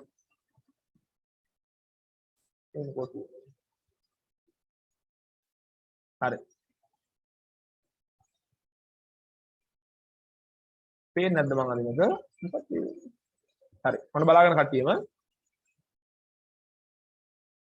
හරි. මෙන්න මේ ක්‍රම දෙක. එකක් තමයි පුතේ සරලවම ගත්තොත් සල්ෆ අඩංගු ඉන්ධන දහනය. හරිම ලේසියි. පළවෙනි එක තමයි මොකද්ද? සල්ෆ අඩංගු ඉන්ධන දහනය. හරි සරලයිනේ. දැන් අතර නම් පුතේ නයිට්‍රජන් ආවේ වායුගෝලයෙන්. හරි මෙතන නම් කෙලින්ම සල්ෆ අඩංගු ඉන්ධන දහනය. උදාහරණයක් සල්ෆ අඩංගු ඉන්ධනයක් තමයි ඩීසල්. ඩීසල් නෙමෙයි ඩීසල්. සාමාන්‍යයෙන් පුතේ ඔයාලා දන්නවා ඔයාලා කලාප සමතුලිතතාවයේ ඉගෙන ගන්නවා මේ තෙල් පිරිපහදුව. අහලත් ඇතිනේ. ඔය තෙල් පිරිපහදුවේදී අපි භාවිතා කරනවා ආසවන කුරුණ කියලා එකක්. ඔය ආසවන කුරුණේ තනින් තනින් තමයි අපි එක එක තෙල් ජාති ගන්න.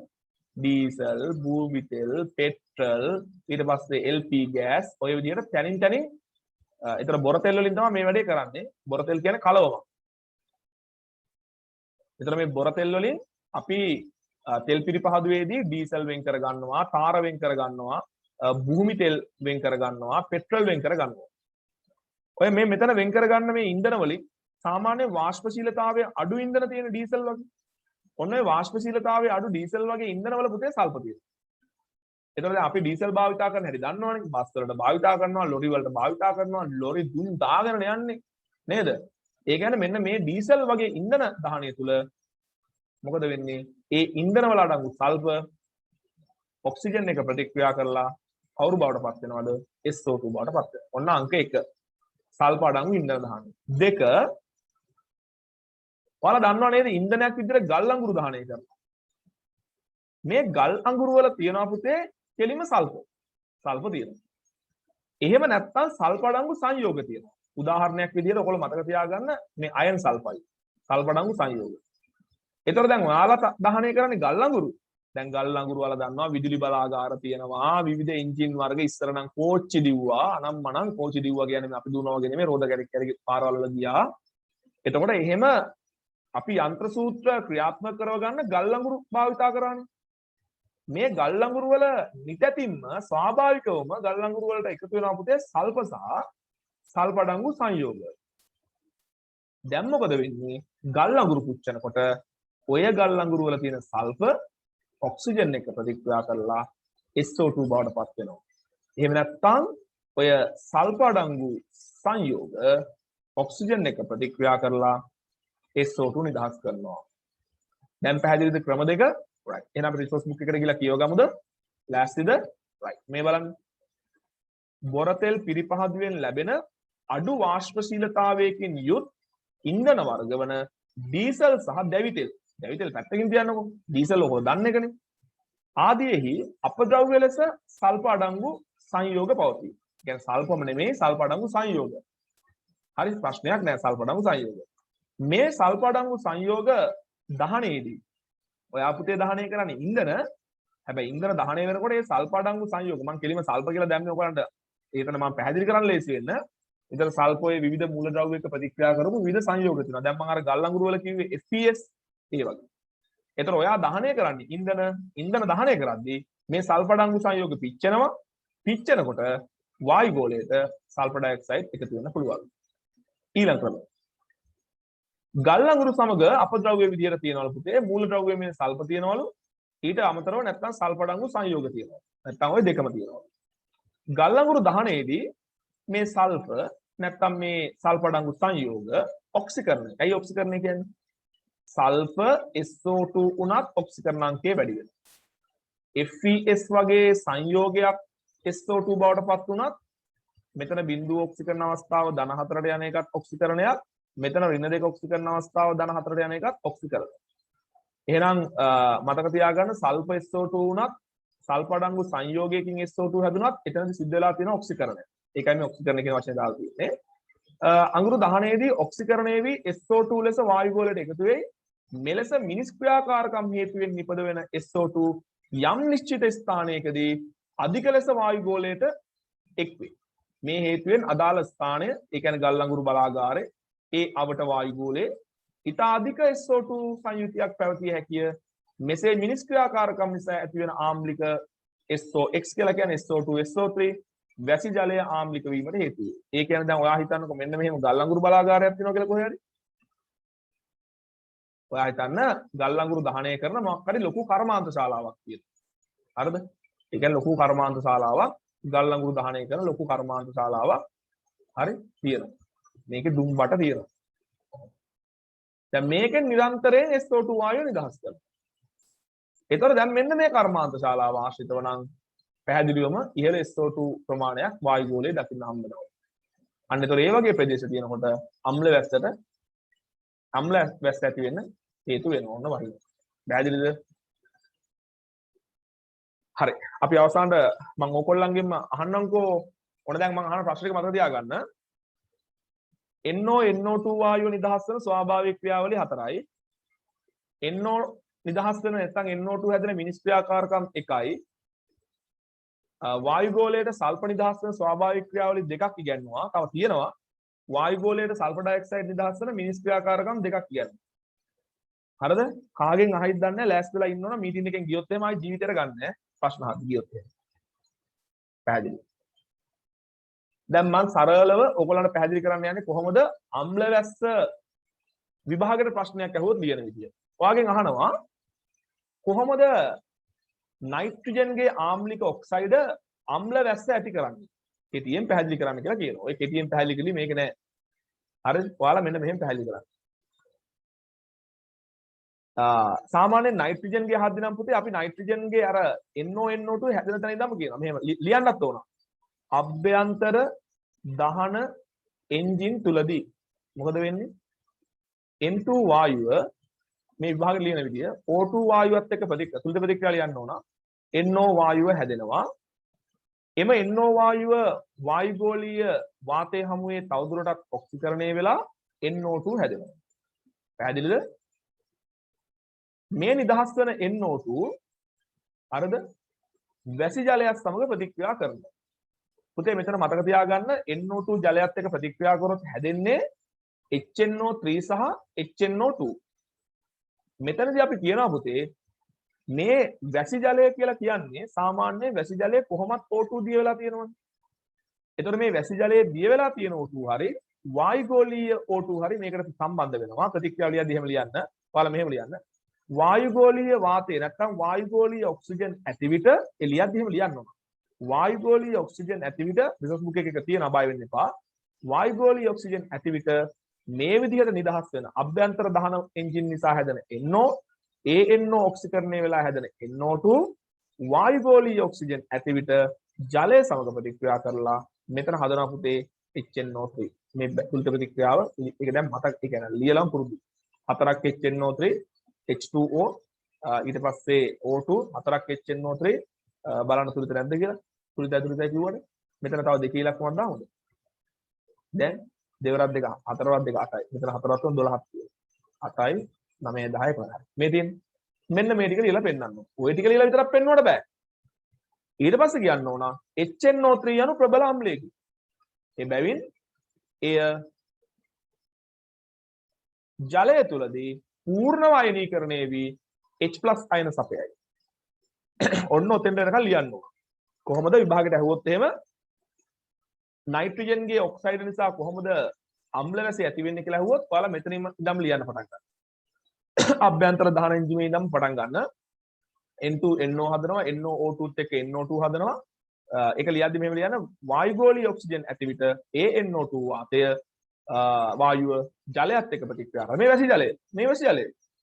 වැසි ජලයත් එක්ක ප්‍රතික්‍රියා කරලා HNO3 හදනවා. දැන් ඉතින් වහින වැස්සේ මොනවද තියෙන්නේ? දැන් මේ වහිනවා අපි වැස්සට තෙමෙනවා. වැස්සේ මොනවද තියෙන්නේ? HNO3. බලමු HNO3 සහිත වැස්සේ තෙමුනොත් මොකද වෙන්නේ? අපි ඉස්සරහට බලමු. ඊට පස්සේ ඔයාගෙන් අහන්න පුළුවන් පුතේ කොහොමද සල්ෆර් ඩයොක්සයිඩ් එහෙම නැත්නම් සල්ෆර් ඩයොක්සයිඩ් නිසා අම්ල වැස්ස ඇති වෙන්නේ කියලා. ඒක ලියන ක්‍රම කීපයක් තියෙනවා. මෙන්න මේ අහන්න. මෙන්න මෙහෙමයි හරි. ඔයා ලියන්න අර ගිනි කඳු විදාරණයෙන් හරි ඒක ලියන්න උනොත් ඒක ලියලා දාලා ඔයා ලියන්න මෙහෙම SO2 වායුව ඔයාලා දන්නවා ඇත්තටම ඉනෝගනික් වල පුතේ SO2 ජලයේ දිය වුණොත් දුබල අම්ලයක් වෙච්ච H2SO3 හදන්නේ. H2SO3 හදලා හරියන්නේ නැහැ අම්ල වැස්සට. ඔයා හදන්න ඕන H2SO4. ඒ නිසා ඔයා මෙන්න මෙහෙම කියන්න. මේක ලියන ක්‍රම දෙකක්. ක්‍රම දෙක නෙමෙයි දෙකම ලියන්න ඕන. ඔයා මෙන්න මෙහෙම ලියන්න. SO2 වායුව තවදුරටත් වායුගෝලීය ඔක්සිජන් සමග ප්‍රතික්‍රියා කරලා SO3 හදනවා. පුතේ SO3 ට පුළුවන් කෙලින්ම ජලයත් එක්ක ප්‍රතික්‍රියා කරලා කවුරු හදන්නද? H2SO4 හදන්න. මේ ප්‍රතික්‍රියාව දැනගෙන ඉන්න ඕන. H2SO4 හදන්න. ඊට පස්සේ ඔයාලට මෙහෙම උනත් කියන්න පුළුවන්. දැන් මෙතනදී මම ලිව්වේ පුතේ SO2 O2ත් එක්ක කලින් ප්‍රතික්‍රියා කරලා SO3 හදලා පස්සේ SO3 ජලයත් එක්ක ප්‍රතික්‍රියා කරලා H2SO4 හදනවද? එහෙනම් තවට මෙහෙම ලියන්නත් පුළුවන්. වායුගෝලීය ඔක්සිජන් ඇති විට එහෙම ලියලා SO2 ජලයත් එක්ක ප්‍රතික්‍රියා කරද්දිම ඔයාට ඔක්සිජන් ඇඩ් කරලා කෙලින්ම H2SO4 කියලා ලියන්න පුළුවන්. ඔය ක්‍රම දෙකම ලියන්න. SO2 වායුගෝලීය වාතය හමුවේ SO3 වායුව බවට ඔක්සිකරණය වේ. එම SO3 වායුව ජලය සමග ප්‍රතික්‍රියා කළා H2SO4 සාදයි. තවද වායුගෝලීය ඇත්ත කතාව වායුගෝලීය ඔක්සිජන් කියන පුතේ මේ ජල බිඳුවක් කියලා කියන්නේ මම කලින් කිව්වා වගේ මේකේ O2 දිය වෙලා තියෙනවා. එහෙනම් මේකේ SO2 දිය වෙනකොට ඔන්න දැන් SO2 තියෙනවා O2 තියෙනවා ජලයක් තියෙනවා. එහෙනම් මොකද වෙන්නේ? මේ තුන් දෙනාම එකට හිටියොත් පුතේ මතක තියාගන්න හැදෙන්නේ H2SO4 කියලා. හරි. දැන් ඔන්න ඔය විදිහට ලියලා රිසෝස් බුක් එකේ බලන්න තවදුරටත් තියෙනවා මේ ප්‍රතික්‍රියාවක්. හරි. මේ විදිහට H2SO4 හැදුනට පස්සේ ඔයා නිකන් හිටියොත් ලකුණු හම්බෙන්නේ නැහැ. ඔයා කියන්න ඕන H2SO4 යන ප්‍රබල ආම්ලයේකී එබැවින් එය ජලය තුලදී නැත්නම් ජල බිඳුව තුලදී නැත්නම් වැසි ජලය තුලදී මෙන්න මේ ආකාරයට කමක් නැහැ දෙකම පූර්ණ විඝටනය කරලා දාන්න මෙන්න මේ ආකාරයට බිඳ වැටේ කියලා. කොහොම කිව්වහම විතරයි පුතේ අපි වැසි ජලය ආම්ලික වුණා කියලා ලකුණු හම්බෙන්නේ. මේ බලන්න. අපි එකින් එක බලමු. මේ බලන්න. ඔන්න ආම්ලික වැසි ආම්ලික වායු වැසි ජලයේ pH අගය අඩු කරන ආකාරය. විභාගයට ප්‍රශ්නයක් අහනවා. ඔන්න ලියන්න ඕනේ. එන්ජිම තුලදී සිදුවන දහනයේදී NO සෑදී. මම ඔයාලට කිව්වනේ වගන්තිය ලියන්නත් ඕන ප්‍රතික්‍රියාව ලියන්නත් ඕන. ඒතර තමයි සම්පූර්ණ ලකුණු හම්බෙන්නේ. එන්ජිම තුල සිදුවන දහනයේදී NO සෑදේ ලිව්වා ප්‍රතික්‍රියාව ලිව්වා. වාහන දුම මගින් පිටවෙන NO ඒගොල්ලෝ කියනවා මේ වාහන දුමෙන් මේ NO ටික එළියට එනවා කියලා. වාහන දුම මගින් පිටවෙන NO වායුගෝලයේදී තවදුරටත් ඔක්සිකරණය වී NO2 නිපදවයි. ඒක ලියලා තමයි මේක ලියන්න ඕන. ඔයාලා ලකුණු හම්බෙන්නේ. වාතාශ්‍රය ඇති විට අන්න මෙතෙන්ට O2 දාගත්තේ නැත්නම් පුතේ මෙතන ඔක්කොම HNO3 කියලා ලියන්න බෑ HNO2 ලියන්න වෙනවා. ඒ නිසා අපි සලකනවා ඔයාලට මතක ඇතිනේ ගිය සතියේ මම HNO3 නිෂ්පාදනයේදී කිව්වා අර හදාගන්න NO2 වායුව ජලයත් එක්ක ප්‍රතික්‍රියා කරනකොට පුතේ වායුගෝලීය වාතයේ තියෙදි ප්‍රතික්‍රියා කරන්නේ. වායුගෝලීය වාතයේ තියෙනකොට NO2 වලින් සම්පූර්ණයෙන්ම හැදෙන්නේ HNO3. මතක නැත්නම් ඒකත් චුට්ටක් බලන්න මේ සතිය. හරි. කොහොම හරි කමක් නැහැ. ලියනකොට ලියන්න වාතාශ්‍රය ඇති විට NO2 වායුව ජලය සමග ප්‍රතික්‍රියා කර ප්‍රබල අම්ලයක් කියන වචනේ ලියන්න ඕන HNO3 සාදයි කියලා මේ ප්‍රතික්‍රියාව ලියන්න. දැන් මේ සතිය හෝම්වර්ක් එකේ මම ලියලා එවන්නකො බලන්න. ඊට පස්සේ අර ප්‍රබලව සම්පූර්ණයෙන් කැඩනවා කියන එක ඒකවල අවසානට ලියන්න තියාගෙන ඊට පස්සේ බලන්න එසේම වාතයට එකතු වෙන SO2 වායුව තවදුරටත් ඔක්සිකරණය වී SO3 සාදයි. අර මම කිව්වේ SO2 ටික O2ත් එක්ක SO3 හදනවා කියලා ලියන්න පුළුවන්. සෑදෙන SO3 ජලය සමග ප්‍රතික්‍රියා කර H2SO4 නිපදවයි. අන්න SO3 ජලය සමග ප්‍රතික්‍රියා කර H2SO4 සාදයි. ඊට අමතරව වාට මෙහෙම ලියන්න පුළුවන්. තවද අර එක එක තැන් වලින් නිදහස් වෙච්ච SO2 වාතාශ්‍රය ඇති විට ඒ කියන්නේ ඔක්සිජන් තියෙනකොට ජලය සමග ප්‍රතික්‍රියා කරලා කියලා අර SO2 O2ත් එක්ක SO3 හදනවා SO3 ජලයත් එක්ක H2SO4 හදනවා කියලා පියවර දෙකකට ලියන එක. ඒ කියන්නේ මේක මේ දෙආකාරයෙන් වෙන්න පුළුවන්. SO2 O2ත් එක්ක ප්‍රතික්‍රියා කරලා SO3 හැදලා පස්සේ SO3 ජලයත් එක්ක ප්‍රතික්‍රියා කරලා H2SO4 හදන්න පුළුවන්. එහෙම නැත්නම් SO2 ජලයේ දිය වෙනකොටම O2 තියෙනවා. අන්න දැන් තුන් දෙනාම ප්‍රතික්‍රියා කරලා H2SO4 හදන්න පුළුවන්. මෙහෙමයි දැන් ප්‍රතික්‍රියා ටික පුතේ මට කටපාඩම් කරවන්න බෑනේ. ඒක ඕගොල්ලෝ අතේ තියෙන. මේක මම නටනටා කිව්වත් මේක ඔයාලට මතක හිටින තරම තමයි මතක හිටින්නේ. ඒ නිසා මේ ප්‍රතික්‍රියා ටිකට මම වැඩි වෙලාවක් ගන්නෙ නෑ. හැබැයි ලියනකොට හැම වෙලේම උත්තරය ලියනකොට වගන්තිය ලියලා ප්‍රතික්‍රියාව ලියන්න පුරුද්දක් කරගන්න. මුලින් රිසෝස් බුක් එක බලලා ලියලා පස්සේ ඔයගොල්ලෝ තනියම ලියන්න මේක. හරියට මේකේ චිත්‍රයක් ඔළුවට දාගන්න. චිත්‍රයක් ඔළුවට දාගත්තට පස්සේ ආයෙ මේ රිසෝස් බුක් එක බලන්න ඕනේ නෑ. කියපු දේ පැහැදිලිද? හරි. ඔන්න දැන් කියන්න යන්නේ අර මම කියපු එක. මේ බලන්න ඉහත ලැබුණු HNO3 H2SO4 ප්‍රබල අම්ල කියලා කියන්නේ. ඒ සංයෝග ජලයේදී පූර්ණව ලෙස අයනීකරණය වී ජලයට අධික H3O+ ප්‍රමාණයක් එකතු කරයි කියලා ලියන්න. හරි. අන්න HNO3 ජලය සමග H3O+ NO3-. මෙතන මේ තනි ජලය දාන්න ඕන. H2SO4 ජලයත් එක්ක දෙකක් H3O+ SO4 2- වලට කැඩනවා කියලා කියන තනි ජලය දාන්න.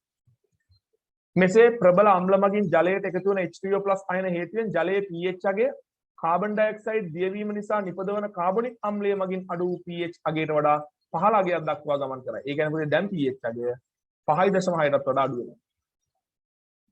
මෙසේ වර්ෂා ජලයට ප්‍රබල අම්ල එකතු වීම නිසා pH අගය 5.6ට වඩා පහළ අගයක් කරා ගමන් කිරීම වාතය ආම්ලීකරණය වීම නැතහොත් අම්ල වැසි ඇතිවීම ලෙස හඳුන්වනු ලැබේ. එහෙනම් මතක තියාගන්න MCQ එක අහන්න පුළුවන් සත්‍ය වලට අම්ල වැසි වෙන්න නම් පුතේ pH අගය 5.6 වගේ තිබිලා හරියන්නේ නැහැ. ඊට වඩා අඩු වෙන්න ඕන. අපිට තියාගන්න. එහෙනම් ඔය HNO3 H2SO4 වගේ අම්ල හරි වැසි ජලයේ හැදෙනකොට වැසි ජලයේ තියෙනකොට pH අගේ 5.6ටත් වඩා අඩු වෙනවලු. අන්න ඒ විදිහට 5.6ටත් වඩා අඩු වුනහම ඒ ඇති වෙන ඒ වැසි ජලයට කියන අපිට අම්ල වැසි කියලා. දැන් අපි බලමු ටක් ගාලා විනාඩි 10ක් 15ක් අරගෙන අම්ල වැසි නිසා වෙන්න පුළුවන් පරිසරික හානිය මොනවද කියලා. මං සරලව ඔයගොල්ලන්ට කියලා ඉන්නද? ඔන්න අහගන්න පුතේ. සරලම කාරණේ තමයි පුතේ පස ආම්ලික වීම. පස ආම්ලික වීම. අපි ඉස්සෙල්ලා කතා කරමු ජලයට එකතු වුණොත් මොකද වෙන්නේ කියලා. පුතේ ජලයේ ඉන්නවනේ මාළු. ඒ වගේම ජලජ ශාක තියෙනවා. ජලජ ශාක.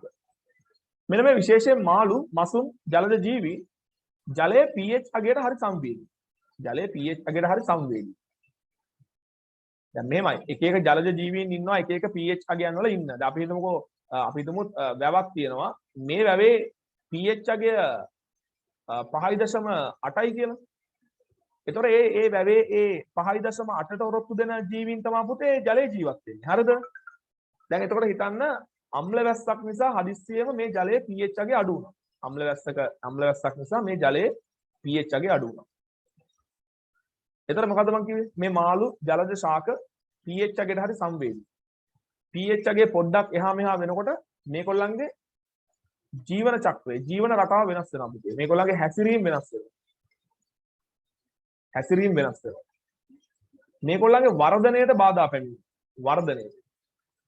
සමහර වෙලාවට පුතේ සමහර ඉන්ද්‍රිය වර්ධනය වෙන්නේ නැහැ. සමහර ඉන්ද්‍රියවල වර්ධනයේ විකෘතිතා ඇති වෙනවා.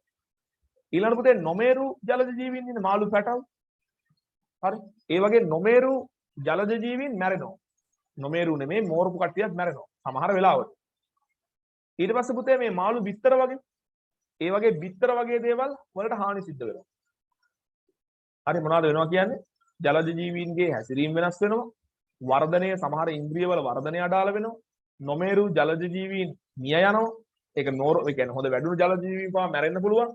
ඊට පස්සේ පුතේ මේ මාළුන්ගේ මත්ස්‍ය බිත්තර වගේ දේවල් විනාශ වෙනවා. ඔන්න ඔය වගේ දේවල් ප්‍රධාන වශයෙන් වෙන්න පුළුවන්. අපි බලමු මේ ටික තියෙනවද කියලා. ජලජ ජීවීන් ජලයේ pH අගයේ විචලනයට ඉතා සංවේදී වේ. ඒ නිසා ජලයේ pH අගයේ සුළුවෙන් හෝ අඩුවීම මේ ජීවීන්ට අහිත කරවේ. මේ හේතුවෙන් මසුන් සහ අනෙකුත් ජලජ ජීවීන්ගේ හැසිරීම රටාව වෙනස් වීම, ඉන්ද්‍රිය වර්ධනය අඩාල වීම, බිත්තර සහ නොමේරු සතුන් විනාශ වීම ආදිය සිදු වේ. එනම් ජෛව විවිධත්වයට හානි සිදු වේ. ඒක ඉතින් අර නැවෙන් HNO3 වැටුනහම ඒ දේ වෙනවා පුතේ. ඒ අවට කලාපය තුල ඒ HNO3 වල බලපෑම සිදුවෙන කලාපය තුල ජල ජීවීන්ට අපසරණයි. ඒ කතා දෙකක් නෑ. හැබැයි ඉතින් මහා සාගරයට HNO3 වැටෙනකොට නිකන් කැලණිකගෙන් පොල්ලෙල්ලක් ගියා වගේ. ඒ නිසා ඕක තනුක වෙලා යනවා. නමුත් ඉතින් අර HNO3 ටික එකතු වෙච්ච ගමන් මේ අවට කලාපයේ pH අගය වෙනස් වෙනවා පුතේ. අඩු වෙනවා. හැබැයි ඉතින් මතක තියාගන්න මුහුදත් එක ගත්තාම ඔය HNO3 නැව කියන්නේ නිකන් අර අපි අර මම කලින් කිව්වා වගේ නිකන් අර මේ නිකන් අර නොසලකා අහලගේ මට්ටමේ. නමුත් ඒ අවට කලාපයේ pH අගය සැලකියුතු කාලයකට වෙනස් වෙන්න පුළුවන් පුතේ. ඒ අනුව ඒ ජලජ ජීවීන්ට හානි වෙන්න පුළුවන්. ඒක ඉතින් අපිට ගෙදර ඉඳන් කියන්න බෑ. මොකද නිවුස් වල කියනවා ඇත්ත නෙමෙයිනේ. ආණ්ඩුවට වාසි විදියට කියනවා, විපක්ෂයට වාසි විදියට කියනවා. ඒ නිසා ඇත්ත මොකද්ද කියලා අපිට හොයාගන්න බෑ. ඒ නිසා ඉතින් ඒක පරීක්ෂණ කරලා බලන්න ඕනේ ඇත්තට මේ HNO3 වලින් බලපෑමක් සිද්ධ වුණේ කොහොමද කියලා. හරිද? හරි. ඊළඟට බයෝ ළමයි දන්න කාරණයක්. ඔය බයෝ වල උගන්වන පුතේ බුහුබාවා කියලා જાතියක්. සීලන්ටරේට නේද? ඔවුනා ඕක කියලා දාන්න සීලන්ටරේට. සීලන්ටරේට වලට දායි තියෙන්නේ බුහුබාවා සීලන්ටරේට. මොකද මතකත්. හරි. ඔය ඉන්න පුතේ බයෝ ළමයිට උගන්වනවා මේ බුහුබාවා. මෙඩුසා ආකාරයේ බුහුබා ආකාරයේ මොනවාද මන්ද ඔන්න මෙන්න මෙහෙම. බලමු ඇත්තද කියලා මම නිකන් මතක හැටියට කිව්වේ. right සීලන්ටරේට තමයි හරි. මේ ජීවි ආකාරයක් පුතේ ඒගොල්ලන්ගේ නම තමයි බුහුබා. ඒ කියන්නේ ජීවි ආකාරයක් කියන කොරල් පර හැදෙනවනේ. ඔය කොරල් පර හැදෙන්න දායක වෙන ජීවි ආකාරයක් කියන මම ඔක විස්තර කරන්න ගියොත් මම හදින් බොරුත් කියනවා. ඒ නිසා මම හදන්න තියෙනවා. මොකද මෙතන දැල්ලාම ඉන්නවනේ. නොදන්න දෙයක් නම් බොරු වර කියලා ෂේප් කරනවා. හරි. මේ කොරල් පර හැදෙන්න දායක වෙන මුහුදු ජීවි ආකාරයක් කියන ඒගොල්ලන්ට කියනවා පුතේ කොරල් බුහුබාව කියලා. හරිද? කොරල් බුහුබාව. දැන් ඔයාලා දකින්න ඇති අර නැවේ සිද්ධියත් එක ගොඩක් කට්ටිය කියනවා නේද කොරල් විනාශ වුණා කොරල් හදන ජීවීන් විනාශ වුණා කියලා. මම මේ මාතෘකාව ඇත්තටම තෝරගත්තේ ඔය සිද්ධියත් එක්ක අපි ඒ රැල්ලටම ඉගෙන ගත්තාම පොඩි ගතියකුත් තියෙනවානේ. දැන් නිකන් අර ගෙදර කට්ටිය නිවුස් බලනකොට කියනවා දැන් අර නිවුස් වල කියන කොරල් විනාශ වුණා කියද්දි මෙහෙන් සයිඩ් එකෙන් දෙන්න පුළුවන්. කොරල් භූභාවවලට වැඩේ වෙලා තමා කියලා පොඩි සයිඩ් සපෝට් එකක් දෙලා නිකන් අර පොඩි පොරක්තයක් පෙන්වන්න ඕන ගෙදර පුළුවන්. හරි? දැන් අරහෙන් අපි හිතමුකෝ ඔයාලගේ තාත්තා සමගි ජන බලවේගය කියලා. එහෙනම් ඉතින් මේ නැවෙන් නිදහස් වෙන HNO3 නිකන් දකින්නේ ආයෙ මුකුත් නෑ නිකන් මුහුදට ගිනි තිබ්බා වගේ තමයි දකින්නේ. හරි? ඒක ටොන් 25 නිකන් සමගි ජන බලවේගයෙන් දකින්නේ ටොන් 25000ක් වගේ HNO3. එතකොට දැන් ඔන්න තාත්තා පය වෙනවනේ. නිවුස් වල පොඩ්ඩක් ඕක කියපු ගමන් තාත්තා සමගි ජන බලවේගය හරි UMP JVP වගේ නම් ඔන්න නැවෙන් HNO3 කියපු ගමන් පය වෙනවා.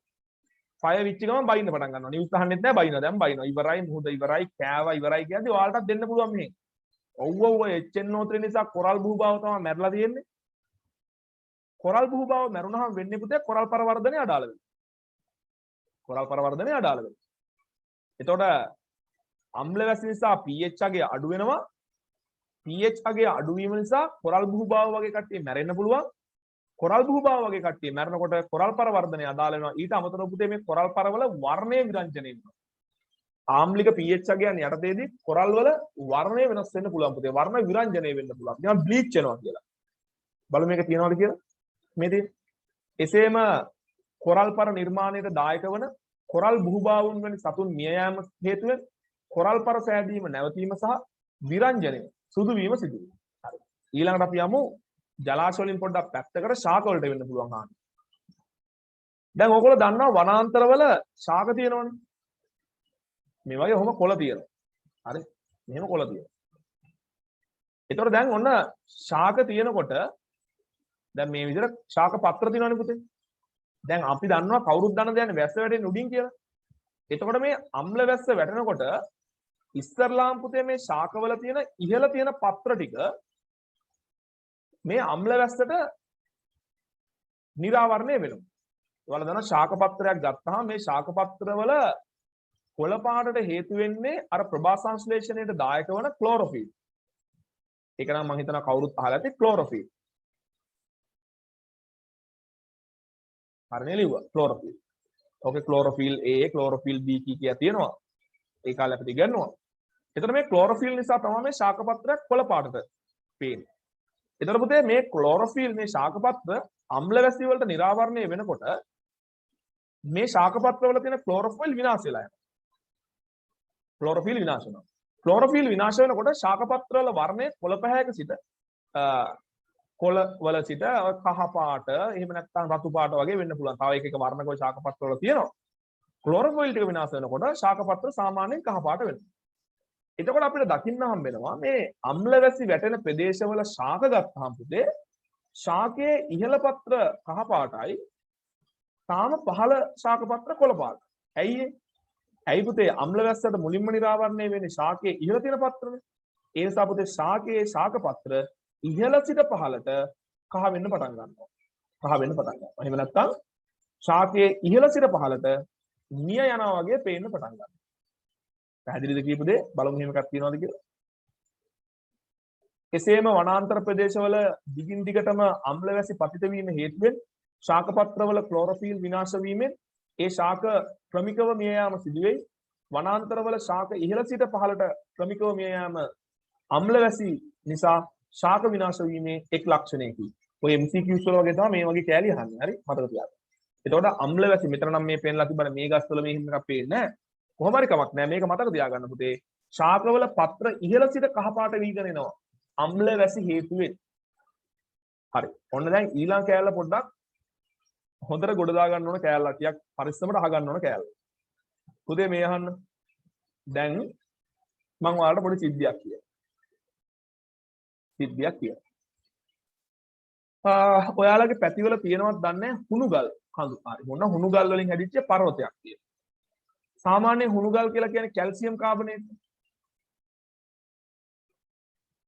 ඉතින් මේ වැස්ස කියලා කවදාවත් ඔයාලා දැකලා තියෙනවද මේ හුණුගල් පර්වතයේ ටික ටික අඩු වෙලා යනවා. එහෙම වැස්ස කියලා හුණුගල් පර්වතවල විශාලත්වය අඩු වෙන්නේ නැහැ. ඇයි ඒ පුතේ? ඒකට හේතුව හුණුගල් කියන එක ජලයේ දිය වෙන්නේ නැහැ. හරිද? හුණුගල් කියන එක ජලයේ දිය වෙන්නේ නැහැ. හැබැයි ඔයා නිකමට හිතන්න අම්ල වැස්සක් වටනවා කියලා. ඒතර ඔයාලා දන්නවා හුණුගල් කැල්සියම් කාබනේට් අම්ලවල දිය වෙනවා. කොහොමද දිය වෙන්නේ? කැල්සියම් 2+ අයන හදනවා. මෙතන අපි අම්ලයේ HNO3 කියලා ගත්තොත් මෙතන කැල්සියම් නයිට්‍රේට් හදනවා. ඒත් එක්ක පුතේ මෙතනින් හැදෙනවා අපි H2CO3 කියලා හදමුකෝ නැත්නම් කාබන් ඩයොක්සයිඩ් ජලය. දැන් මොකද්ද උනේ? නිකම් වැස්සට මුකුත් විපර්යාසයක් වෙන්නේ නැති කැල්සියම් කාබනේට් වගේ සංයෝග අම්ල වැස්සට ලක් වුණාම ප්‍රතික්‍රියා වෙලා ඒ කැල්සියම් කාබනේට් ඇතුලේ හිර වෙලා තිබිච්ච කැල්සියම් 2+ වගේ අයන ජලීය තත්ත්වයටපත් වෙනවා. පුතේ අපි මේකට කියන වචනේ තමයි දැන් මේ බලන්න කාබනේට් අයනේ හිටියා. කාත් එක්කද බැඳලා හිටියේ? කැල්සියම් 2+ එක්ක. දැන් කාබනේට් අයනේ මොකා එක්කද බැඳලා තියෙන්නේ? H+ අයනත් එක්ක. අපි ඔකට කියනවා පුතේ H+ මේ වචනේ ලස්සනට අල්ලගන්න H+ අයන මගින් කැල්සියම් 2+ අයන ප්‍රතිස්ථාපනය කරා කියලා. එතකොට පුතේ මෙතන සිද්ධ වෙන්නේ අම්ල වැස්සේ අඩංගු H+ අයන වලට පුළුවන් කැල්සියම් 2+ එලවලා දාලා ඒ ඇනායනයත් එක්ක සම්බන්ධ වෙන්න. ඒකෙන් වෙච්ච දේ තමයි පුතේ මේ කාබනේට් එක්ක හිර වෙලා හිටිච්ච බැඳලා හිටපු කැල්සියම් 2+ අයන ජලයට නිදහස් වුණා. හරි. දැන් කැල්සියම් 2+ පැත්තකින් දාන්නකෝ. කැල්සියම් 2+ වල ලොකු හානියක් නැහැ. ඒ වුණාට පුතේ විශේෂයෙන් ওই ජලජ ජීවීන්ට හානි කර ඇලුමිනියම් 3+. ඊට අමතරව බැරලෝහ කැඩ්මියම් 2+, ඊට පස්සේ රසදිය ධන 2, ඊට පස්සේ ආසනික් වගේ මෙන්න මේ මූලද්‍රව්‍ය ඕනතරම් පුතේ පාංශු මේ ටික හොඳට අහගන්න පුතේ හරි මේ ටික අහගන්න. ඔය පාංශු ව්‍යුහය තුල හරි පාංශු ව්‍යුහය ගියන් පස්සේ විවිධ සංයෝග විදිහට මේ කැටායන බැඳිලා ඉන්නවා දරුවෝ. ඒ කියන්නේ ඇනායනත් එක්ක බැඳිලා ඉන්නවා. හැබැයි ඒ සංයෝග ජල අද්‍රාව්‍යයි. ඒ ජල අද්‍රාව්‍ය නිසා කවදාවත් දැස්සා කියලා කවදාවත් කියන්නේ අපි හිතන තරම් වේගයෙන් දැස්සා කියලා කැඩ්මියම් 2+ ජලයට එකතු වීමක් වෙන්නේ නැහැ. ඇයි ඒ? ඇනායනත් එක්ක බැඳිලා ඉන්න ජල අද්‍රාව්‍යයි. රසදිය ධන 2 ජලයට එකතු වෙන්නේ නැහැ පුතේ. ඇයි ඒ? ඇනායනත් එක්ක බැඳිලා ඉන්නේ ජල අද්‍රාව්‍ය සංයෝග. ආසනික් ජලයට එකතු වෙන්නේ නැහැ පුතේ. ඇනායනත් එක්ක බැඳිලා ඉන්නේ ජල අද්‍රාව්‍යයි. ඇලුමිනියම් 3+ හරි පාංශු ව්‍යුහයට තදින් බැඳිලා ඉන්නේ ජල අද්‍රාව්‍යයි. හැබැයි දරුවෝ ටික දැක්ක නේද? ජලයේ අද්‍රාව්‍ය කැල්සියම් කාබනේට් වලට මොකද උනේ? අම්ලය ආපු ගමන් H+ මොකද කරේ? කැල්සියම් 2+ ට පයින් ඩෑග් ගහලා එලවලා කැල්සියම් 2+ එලෙව්වා. H+ ටික ඇනායනයත් එක්ක සෙට් වුණා. ඉතින් ඔය දේ වෙන්න පුළුවන් පුතේ මේකොල්ලන්ට. ඒතර අපි කියනවා පුතේ ඒකට වචන භාවිතා කරන වචනේ ඔයාලා ටික දවසක් ගියාම අල්ලගන්න H+ අයන වලට පුළුවන් පුතේ ඒ ඇලුමිනියම් 3+ අඩංගු ජලාද්‍රාව්‍ය සංයෝග වලින් කැඩ්මියම් 2+ අඩංගු ජලාද්‍රාව්‍ය සංයෝග වලින් රසදිය ධන 2 අඩංගු ජලාද්‍රාව්‍ය සංයෝග වලින් ආසනික් 3+ අඩංගු ජලාද්‍රාව්‍ය සංයෝග වලින් ඒ කැටායන වචනේ මොකක්ද? ප්‍රතිස්ථාපනය කරන්නේ. එතකොට මොකද වෙන්නේ? අර විවිධ සංයෝග ඇතුලේ හිර වෙලා තිබිච්ච ඇලුමිනියම් 3+ අයන ජල ද්‍රාව්‍ය ඇලුමිනියම් 3+ බවට පත් වුණා. හරියට නිකන් මේ වගේ. X කියලා මිනිහෙක් ඉන්නවා. මූට කිසිම නිදහසක් නැහැ. Y කියලා ගෑණියෙක් තමයි බැඳගෙන ඉන්නේ. Y කියලා කාන්තාවක් තමයි කසාද බැඳගෙන ඉන්නේ. මේ Y X ට ගෙදරින් හෙල්ලෙන්න දෙන්නේ. හරිද? යාළුවෙක් බලන්න යන්න දෙන්නේ නැහැ. ෆිල්ම් එකක් බලන්න යන්න දෙන්නේ නැහැ. පොඩි ඩ්‍රින්ක් එකක් දානවා නම් ඩ්‍රින්ක් එකක් දාන්න යන්න දෙන්නේ නැහැ. ගිහිල්ලා යාළුවොත් එක්ක සෙල්ලම් කරන්න යන්න දෙන්නේ නැහැ. X හිර කරගෙන ඉන්නේ. හැබැයි ඔන්න Z කියලා ඩයල් එකකට මේ Y ගැන පොඩි ෆීලිං එකක් ඇවිල්ලා කොහොම හරි Y ව යාළු කරගෙන මේ දෙන්න ඩිවෝස් වෙලා මෙන්න මේ Y සහ Z එකට බැඳෙනවා. දැන් නිකන් ඔයාලට හිතාගත්ත හැකිනේ X මොන වගේ හැඟීමක්ද ඇති වෙන්නේ කියලා. මෙයා නිදහසේ යන්න පටන් ගන්නවා එයාගේ ගමන. එතකොට මේ X කියලා කියන්නේ ඇලුමිනියම් 3+, කැඩ්මියම් 2+, Hg2+, ආසනික් 3+ වගේ කැටායන. ඒ අර හිර වෙලා හිටපු කොල්ලා. Y කියලා කියන්නේ ඒ කැටායනේ හිර කරගෙන හිටපු කාබනේට් වගේ ඇනායන. Z කියලා කියන්නේ අම්ල වැස්සෙන් ආපු H+ අයන. එහෙනම් මොකද කරේ? අම්ල වැස්සෙන් ආපු H+ අයන අර ඇනායනයත් එක්ක බැඳුනහම ඒ ඇනායනයත් එක්ක බැඳිලා හිර වෙලා හිටපු කැටායන නිදහස් වෙනවා. හරියට නිකන් H+ අයන වලින් ඇලුමිනියම් 3+ නිදහස් කරලා ජලයට ඇලුමිනියම් 3+ නිදහස් කරා වගේ. ඒතර මේ H+ වලට පුළුවන් පුතේ කැඩ්මියම් 2+ නිදහස් කරලා ඒ කැඩ්මියම් 2+ බැඳලා හිටපු ඇනායනයත් එක්ක H+ වලට බැඳෙන්න පුළුවන්. ඕකට කියනවා පුතේ වචනයක් H+ අයන වලින් ඒ කැටායන මොනවා වෙනවා කියලාද? විස්ථාපනය වෙනවා කියලා. දැන් ඉතින් මේක හොඳ වැඩක්ද? බැරලෝහ ආසනික් අපි දන්නවා හොඳ නෑ කියලා. එතකොට ආසනික් පුතේ බොන වතුරට එකතුනේ නෑ. එයා හිර වෙලා හිටියේ. හරිද? හැබැයි අම්ල වැස්ස නිසා මොකද උනේ? H+ අයන වල බලපෑම නිසා අර පාංශු ව්‍යුහයට තදින් බැඳලා තිබිච්ච විවිධ සංයෝග වල හිර වෙලා තිබිච්ච ඒ කැටායන ජලයට එකතු වෙනවා. විශේෂයෙන් මතක තියාගන්න පුතේ අපි දන්නවා ආසනික් සාමාන්‍යයෙන් සලකනවා වකුගඩු රෝග ඇති කරනවා කියලා නේ. ආසනික්. එහෙනම් ආසනික් වතුරට එකතු වීම හොඳද? නෑ. ඊට පස්සේ අපි දන්නවා කැඩ්මියම්. මේවත් හොඳ නෑ පුතේ. අපි ඉස්සරහට මේවා කතා කරනවා. ඒ නිසා අපි එතනදී කතා කරමු. විශේෂයෙන් ඇලුමිනියම් 3+ හොඳ නෑ පුතේ. මත්ස්‍යයින්ට හොඳ නෑ. කරමල් රෝග වගේ ඇති වෙන්න පටන් ගන්නවා. එහෙනම් දැන් මොකද වෙන්නේ? අම්ල වැස්සෙන් මේ කැටායන වතුරට නිදහස් කරලා දැන් වැස්ස මවා ගන්න ඕන වහිනවා පොළව තෙමෙනවා. පොළවේ වතුර හොදගෙන යනවා. වතුර හොදගෙන යනකොට මොකද වෙන්නේ? අර පස්වල තිබිච්ච ඇලුමිනියම් 3+ කැඩ්මියම් 2+ ආසනික් 3+ පස දිගේ ගලා වතුරත් එක්ක වැසි ජලයත් එක්ක ගලාගෙන ඇවිල්ලා මොකද වෙන්නේ? ජලාශ වලට එකතු වෙනවා. ඔන්න දැන් සත්තු බොන වතුරේ ඇලුමිනියම් 3+. සත්තු බොන වතුරේ ආසනික්. අපි බොන වතුරේ ආසනික්. සත්‍ය හොඳයිද? සත්‍ය හොඳ නැහැ. අපි බලමුද එහෙම එකක් රිසල්ට් බුකේ තියනවද කියලා? ඔන්න බලන්න. එසේම අම්ල වැසි නිසා පස ආම්ලික වීමෙන් පසේ නොදියවන පාංශු ව්‍යුහය සමග තදින් බැඳී පවතින විෂ සහිත ලෝහ අයන. මේ පසේ වීමෙන් පසේ නොදියවෙන නෙමේ ජලයේ නොදියවෙන කියන හරි.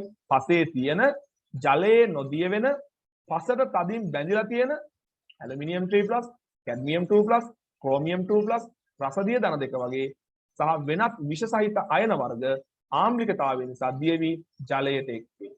අහෝ කේදී. දැන් මොකද වෙන්නේ? ඒ හේතුවෙන් ජලයේ එම අයන සාන්ද්‍රණයේ ඉහළ යෑමෙන් ඒ ජලය ජලජ ජීවීන්ට සහ මිනිස් පරිභෝජනයට අහිතකර වේ. නිකන් දාගන්න ආසනික් වගේ දෙයක් ජලයට එකතු වුණොත් මොකද වෙන්නේ? වකුගඩු රෝග කියලා. මතකෙන් හරි. ඒ වගේම පුතේ මම ඔයාලට කිව්වා විශේෂයෙන් මේ ඇලුමිනියම් 3+ වගේ අයන Fe3+ අයන වගේ ඒවා සහ සමහර බැරලෝහ ජලජ ජීවීන්ට අහිතකරයි. හරි ජලජ ජීවීන්ට අහිතකරයි. ඒ කියන්නේ මේ ඔක්කොම අයන අවසානයේ කොහේ හරි ජල මූලාශ්‍රයකට එකතු වෙන්නේ. එතකොට මේ ජලය පානය කරන මිනිස්සුන්ට සත්තුන්ට අහිතකරයි වගේම විශේෂයෙන් කියනවා පුතේ ජලජ ජීවීන්ට ඉතා අහිතකරයිලු මේ ඇලුමිනියම් 3+ Fe3+ වගේ ඒවා. ඊළඟ තව එකක්. දැන් ඔය අතර අවසානය දැන් ඉවර කරන්න යන්නේ. දැන් ඔය අතර ශාකවලට අවශ්‍ය මූලද්‍රව්‍යයක් තියෙනවා. ශුද්ධ පෝෂක කියන ඔය zink 2+ අයන, magnesium 2+ අයන. ඒ වගේ පුතේ පසේ තියෙනවා සමහර වෙලාවට මේ තියෙන්නේ Fe3+ අයන, zinc 2+ අයන, copper 2+ අයන, magnesium 2+ වගේ ශාකවලට අවශ්‍ය කැටායනක් තියෙනවා. දැන් අර ඇලුමිනියම් 3+ වගේ ඒවා නම් පුතේ ගහගෙන ගියාම ඒ ජල මූලාශ්‍ර තමයි දූෂණය. මෙතන වැඩේ තියෙන්නේ zinc 2+ magnesium 2+ වගේ අයනත් නිදහස් වෙනවා පුතේ. නිදහස් වෙලා ඒවා වැසි ජලයේ ගලාගෙන ගිහිල්ලා මොකද වෙන්නේ? දැන් මේවා පස්සේ තියෙන්න ඕනේ ඒවා හරි. මේවා පස්සේ තියෙන්න ඕනවා. කාටවත් මේවා පස්සේ තියෙන්න ඕන වෙන හේතුවක් නිසා නෙමෙයි. ශාක වලට අවශෝෂණය කරන්න. එතකොට ශාක වලට අවශෝෂණය කරන්න තියෙන පුතේ zinc 2+, magnesium 2+, copper 2+ වගේ අයනත් නිදහස් වෙනවා අම්ල වැස්ස නිසා. එතකොට නිදහස් වුණාම සිද්ධ වෙන දේ තමයි පස්සේ ඒ ශාක වලට අවශෝෂණය කරන්න මේ කැටායන නැතු යනවා. එහෙනම් පස નિසරු වෙනවා. බලන්න එහෙම එකක් තියෙනවද කියලා. එසේම පසේ පවතින ශුද්ධ පෝෂක මූලද්‍රව්‍ය වන Fe3+, zinc 2+, copper 2+ වැනි ලෝහ අයන වර්ෂා ජලයේ ඉහළ ආම්ලිකතාවය හමුවේ වේගයෙන් දියවි පසෙන් ඉවත් වී යාම හේතුවෙන් පස નિසරු වේ. හරි? ඊළඟට මේක මම ඉස්සෙල්ලත් කිව්වා පුතේ කැල්සියම් කාබනේට් වගේ ඒවා මැග්නීසියම් කාබනේට් වගේ ඒවා ඩොලමයිට් අපි දන්නවා මැග්නීසියම් කාබනේට් සහ කැල්සියම් කාබනේට් දෙකේම එකතුවක් මේ වගේ ඒවා අම්ල වැස්සේ දිය වෙනවා. දිය වුණාම මොකද වෙන්නේ? ගලාගෙන යන ජලයේ දැන් ඔන්න බලන්න අපි හිතමුකෝ තිරිමාන කන්දක් කැල්සියම් කාබනේට් කන්දක් කියලා. දැන් මෙතන තියෙනවා වතුර වලක්. මෙතන තියෙනවා වැවක්. මේ තියෙන කැල්සියම් කාබනේට් කුණු ගල් තියෙනවා. දැන් අම්ල වැස්ස වැටුනහම මොකද වෙන්නේ පුතේ? මේකේ තියෙන හුණු ගල් දිය වෙනවා. ඔන්න දැන් වැහි වතුර ගලාගෙන එනවා. මේ වැහි වතුරේ අඩංගු වෙනවා කැල්සියම් 2+. ඔයාලට ඉදිරි අනාගතේ උගන්වනවා පුතේ. එදා අපි ඉගෙන ගත්තනේ සබන් නිෂ්පාදනය යටතේ. මේ ජලාශවල කැල්සියම් 2+ අයන වගේ සාන්ද්‍රණිය ඉහළ යනවා කියන්නේ පුතේ අපි ඒකට කියනවා ජලය කිව්ල වෙනවා. නැත්තම් ජලය කටින ජලය බවට පත් වෙනවා. කටින ජලය. දැන් කටින ජලය තිබ්බහම මොකද වෙන්නේ? ජලය කටුනහම මොකද වෙන්නේ? ජලයේ රස වෙනස් වෙනවා. හරි? ජලයේ රස වෙනස් වෙනවා. ඊට අමතරව පුතේ සබන්දිය වෙන්නේ. සබන්දිය වෙන්නේ. සබන්. ඒ නිසා මොකද තව අවාසියක්? අම්ල වැස්ස නිසා කැල්සියම් කාබනේට්, මැග්නීසියම් කාබනේට් වගේ සංයෝග දිය වෙලා කවුද නිදහස් වෙන්නේ පුතේ? කැල්සියම් 2+, Mg2+ වයින් වගේ ඒවා නිදහස් වෙලා ඒ අයන ජල මූලාශ්‍ර වලට එකතු වෙලා ජලයේ කැල්සියම් 2+, මැග්නීසියම් 2+ සාන්ද්‍රණය ඉහළ ගිහිල්ලා ජලයේ කඨිනත්වය ඉහළ යනවා. ජලයේ කඨිනත්වය ඉහළ ගියාම සබන්දිය නොවීම මේ වතුර අරන් ගිහිල්ලා කේතලයක දාලා රත් කරපුවාම කේතලයේ පතුලේ විවිධ සංයෝග තැන්පත් වීම ඊට පස්සේ බොද්දි ඒ ජලයේ රස වෙනස් වීම ඔය වගේ කාරණා ජලයේ කඨිනත්වය නිසා සිද්ධ වෙන දේවල්. ඒක අපිට අවාසියක් පුතේ. දැන් කේතලේ ඔයාලා ගෙවල් වල සමහර ලාවට ඔය ලිදේ වතුර කේතලයක දාලා රත් කරනවා නම් කඩෙන් අර ෆිල්ටර් කරපු වතුර නෙමෙයි නම් ඕගොල්ලෝ පාවිච්චි කරන්නේ ලිඳක වතුර නම් පාවිච්චි කරන්නේ ලිං වල වතුරේ පොඩි කිව්ල ගතියක් තියෙනවා නම් ඕගොල්ලන්ගේ කේතලේ ටික දවසක් යනකොට අර අඩිය බැඳෙනවා. අපි කියනවා කිව්ල බැඳෙනවා කියලා. කිව්ල කියලා බැඳෙන්නේ මේ කඨිනත්වය නිසා තමයි ද්‍රව්‍ය බැඳෙන්නේ. ඒක බැඳෙන්නේ කොහොමද කියලා පස්සේ මම කියලා දෙන්නම්. හරි. අපි බලමු එහෙම එකක් තියෙනවද කියලා. එසේම අධික ආම්ලිකතාවයේ හේතුවෙන් පසේ පවත්නා කැල්සියම්, මැග්නීසියම් හා ඇලුමිනියම් අඩංගු පාෂාණ සහ khනිජ දියවි ජලයට වැඩිපුර එකතු වීම නිසා ජලයේ කඨිනත්වය ඉහළ යයි. Calcium, magnesium, aluminium. ජලයේ කඨිනත්වය ඉහළ යයි. ඊට පස්සේ පුතේ ද්‍රව්‍ය වලට සිදුවන හානියත් අපි පොඩ්ඩක් කතා කරමු. මම කියවනේ ශාක වලට හානි සිද්ධ වෙනවා, සත්තුන්ට හානි සිද්ධ වෙනවා. ඒ වගේම ද්‍රව්‍ය වල. දැන් ඔයා හිතන්න ඔන්න දැන් මම ගෙයක් හදනවා. මේ මගේ ගේ හරි. ගේ. ඊට පස්සේ දැන් ඔය ඔයාලා දැකලා තියෙනවද ගාඩන් එකේ ලස්සන කිරිගරුඩ ප්‍රතිමා හැම තියෙනවා. ඔන්න දැන් මම ගාඩන් එකේ ලස්සන කිරිගරුඩ ප්‍රතිමාවක්. හරි. කාන්තාවක්. හරි. කාන්තාවක්ගේ කිරිගරුඩ ප්‍රතිමාවක් කලයක් එහෙමම තියාගෙන ඉන්න. හරි. කිරිගරුඩ නැත්නම් කැල්සියම් කාබනේට් වලින් හදපු ප්‍රතිමාවක් ලස්සනට මම ගාඩන් එකේ තියලා තියෙනවා. හරි. කිරිගරුඩ ප්‍රතිමාවක් තියලා තියෙනවා. හරිද? දැන් මොකද වෙන්නේ? මම මේ කිරිගරුඩ ප්‍රතිමාව මෙහෙම තියලා මම යනවා රට අවුරුදු 2කට විතර. කොහෙද යන්නේ? රට යනවා අවුරුදු 2කට විතර. දැන් මොකද වෙන්නේ? අම්ල වැස්ස වහිනවා. මට අමතක වෙනවා කුඩයක් කියලා ගන්න කියන්න. හරි. අම්ල වැස්සේ මේ කාන්තාව තෙමෙනවා. මොකද්ද අර මගේ ගාඩන් එකේ තියෙන අර කැල්සියම් කාබනේට් වලින් හදපු ප්‍රතිමාව. නැත්තම් කාන්තාවගේ රූපය තෙමෙනවා. දැන් මොකද වෙන්නේ? ඉතින් අපි දන්නවනේ කැල්සියම් කාබනේට් ප්‍රතික්‍රියා කරනවා කියලා අම්ලත් එක්ක. මම රට ඉඳන් ඇවිල්ලා බැින්නම් මේ කාන්තාවගේ කෑලි අඩු. සමහරට යද්දී හිටිය කාන්තාවක් සමහර කෑලි දිය වෙලා ගිහිල්ලා ඉන්නේ නිකන් පිරිමියෙක් වගේ. එහෙම වෙන්න පුළුවන්. දැන් කාන්තාවක් වෙනකොට පිරිමියෙක් ඉඳලා හරියනවා. තොල් නැහැ. නාහේ නැහැ. තව කෑලි නැහැ. ඇවිල්ලා බලපුවාම මේක නිකන් මේ වගේ තියෙනවා. පැහැදිලිද? එහෙනම් මොනවද වෙන්න පුළුවන්?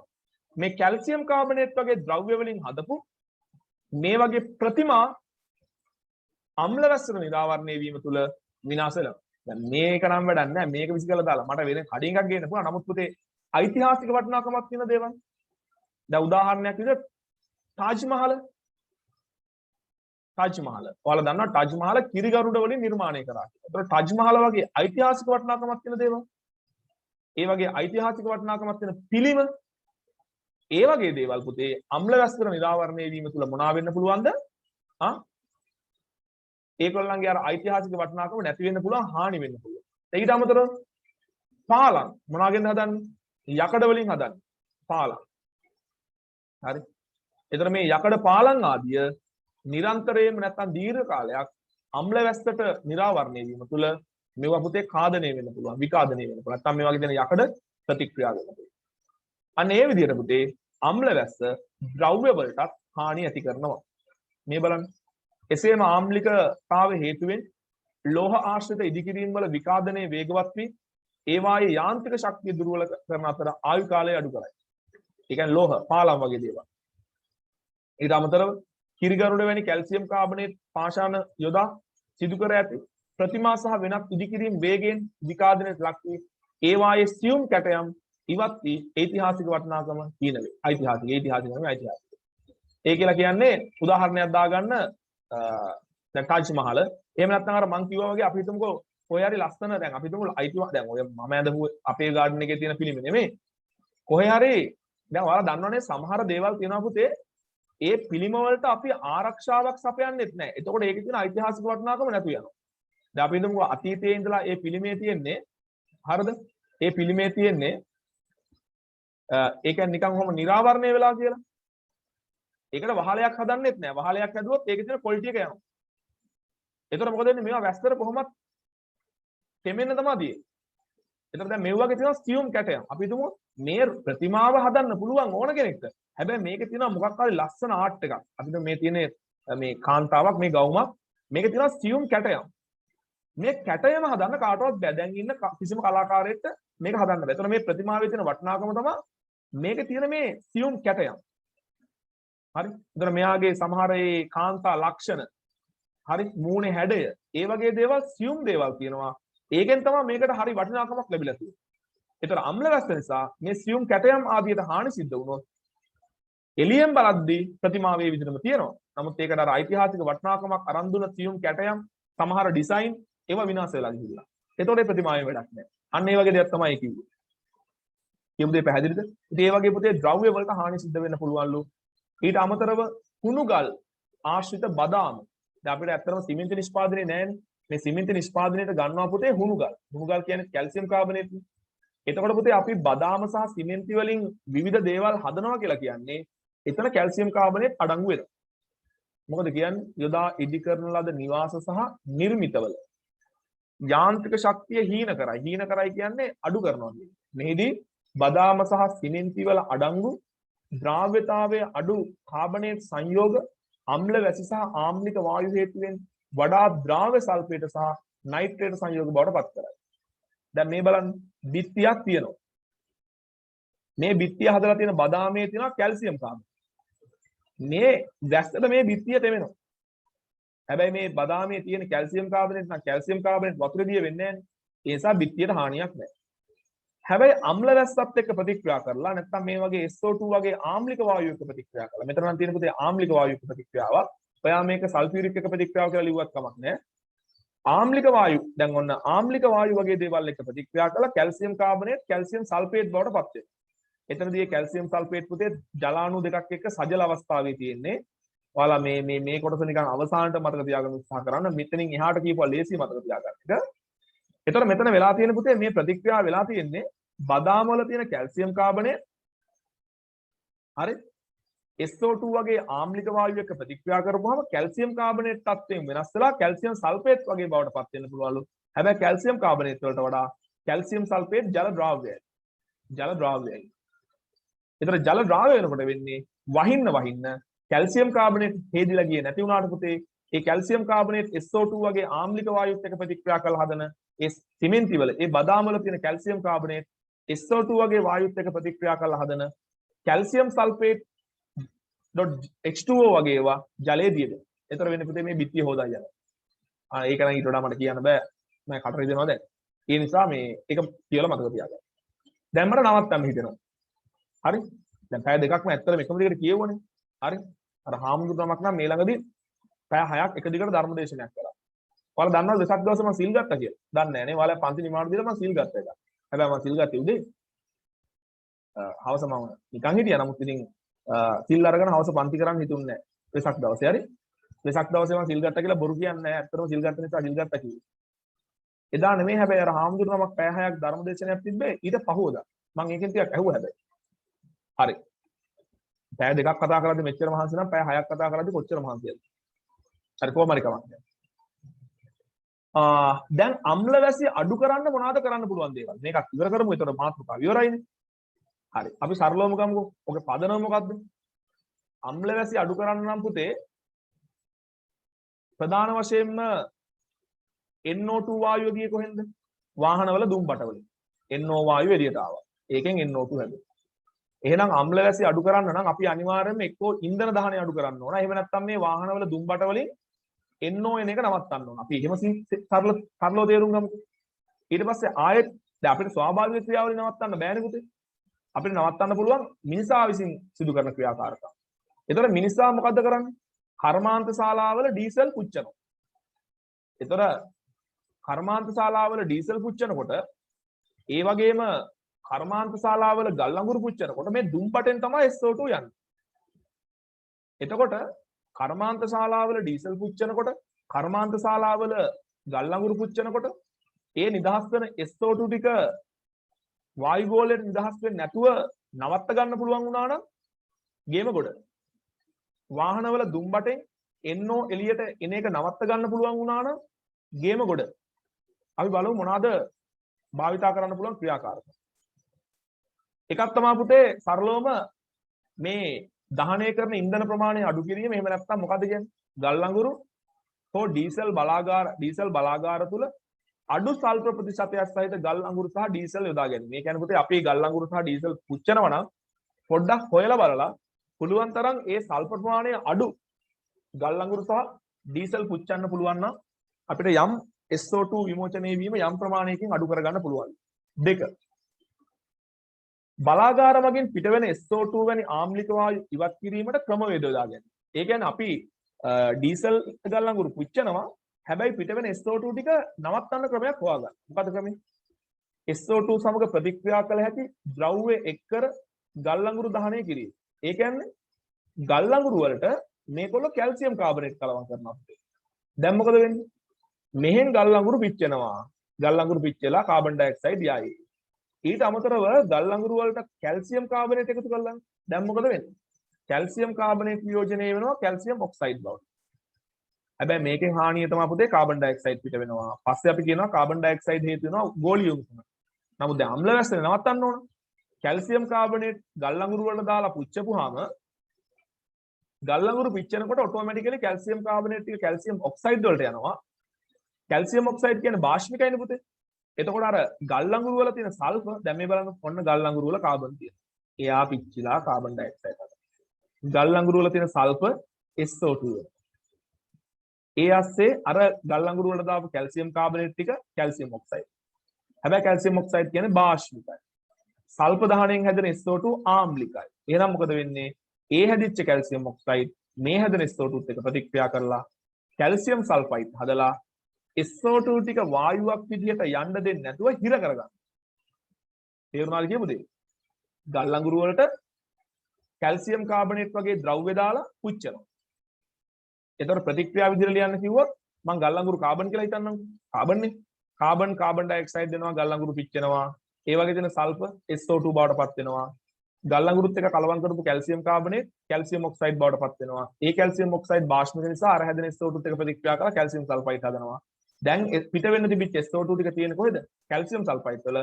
කැල්සියම් සල්ෆයිඩ් කියන්නේ ගන්න. හරි. ඊළඟට බලමු SO2 නවත්තන්න පුළුවන් විදිය. බලාගාරවල අපවායු, ඒ කියන්නේ පිට වෙන වායු වල ඇති SO2 ඝන ද්‍රව්‍ය බවට පත් කිරීමට කැල්සියම් හයිඩ්‍රොක්සයිඩ් සමග ප්‍රතික්‍රියා කරනවා. ඒතර මොකද දන්නවද කරන්නේ? දැන් අපි හිතමුකෝ මම හිතන විදිය හරි. ඔන්න දුම්බටේ තියෙනවා. දුම්බටේ තියෙනවා කැල්සියම් හයිඩ්‍රොක්සයිඩ් අතුරපු තට්ටු. මම මේ වලට තේරෙන විදිහට කියන්නේ හරි. මේ තට්ටු වල මොනවද තියෙන්නේ? කැල්සියම් හයිඩ්‍රොක්සයිඩ් අතුරලා. දැන් ඔන්න ගල් අඟුරු දහණයෙන් දුම් පිට වෙනවා. දැන් මේ දුම් යන්නේ අර කැල්සියම් හයිඩ්‍රොක්සයිඩ් ASCII.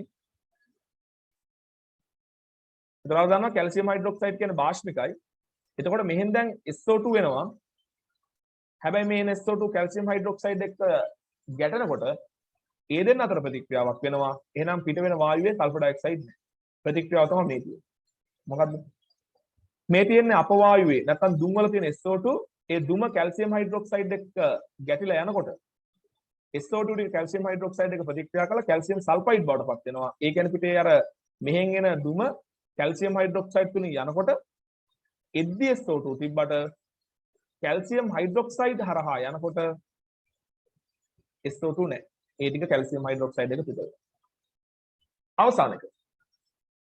ගල් අඟුරු සහ ඩීසල් වෙනුවට පරිසර හිතකාමී ඉන්ධන හෝ විකල්ප බල ශක්ති ප්‍රභව වන සූර්ය ශක්තිය, සුළං ශක්තිය, මුහුදු රළ ශක්තිය, භූතාප ශක්තිය, න්‍යෂ්ටික ශක්තිය ආදී යොදා ගැනීම.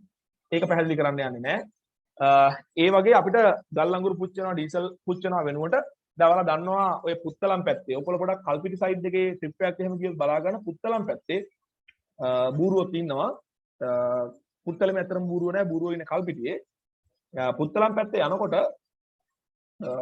විශේෂයෙන් දකින්න හම්බ වෙනවා පුතේ ඔය බටහිර මුහුදු තීරේ. බටහිර නෙමෙයි බටහිර නේ පැත්ත. නැගින බටහිර. බටහිර මුහුදු තීරේ බටහිර ටිකක් වායව පැත්තට වෙන්න. ඒ කියන්නේ පුත්තලම් පැත්තට වෙන්න. ඒ මුහුදු සීමාව භාවිතා කරලා තියෙනවා පුතේ මේ සුළං බලාගාර වලට. සුළං බලාගාර. සුළං ශක්තිය මගින් විදුලිය නිපදවනවා. දැන් අපි දන්නවා අපේ තියෙනවා ඩීසල් විදුලි බලාගාර.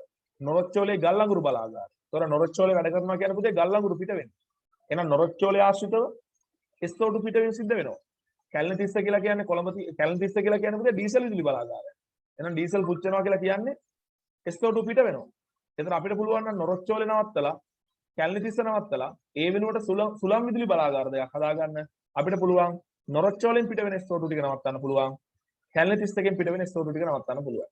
අන්න ඒ වගේ පුතේ අපිට පුළුවන් විකල්ප බල ශක්තිය වලට යන්න. එතන අපි වාහන වෙනුවට පොදු ප්‍රවාහනය භාවිතා කරනවා. තනියම යනවා වෙනුවට අපිට හයිබ්‍රිඩ් වාහන භාවිතා කරන්න පුළුවන්.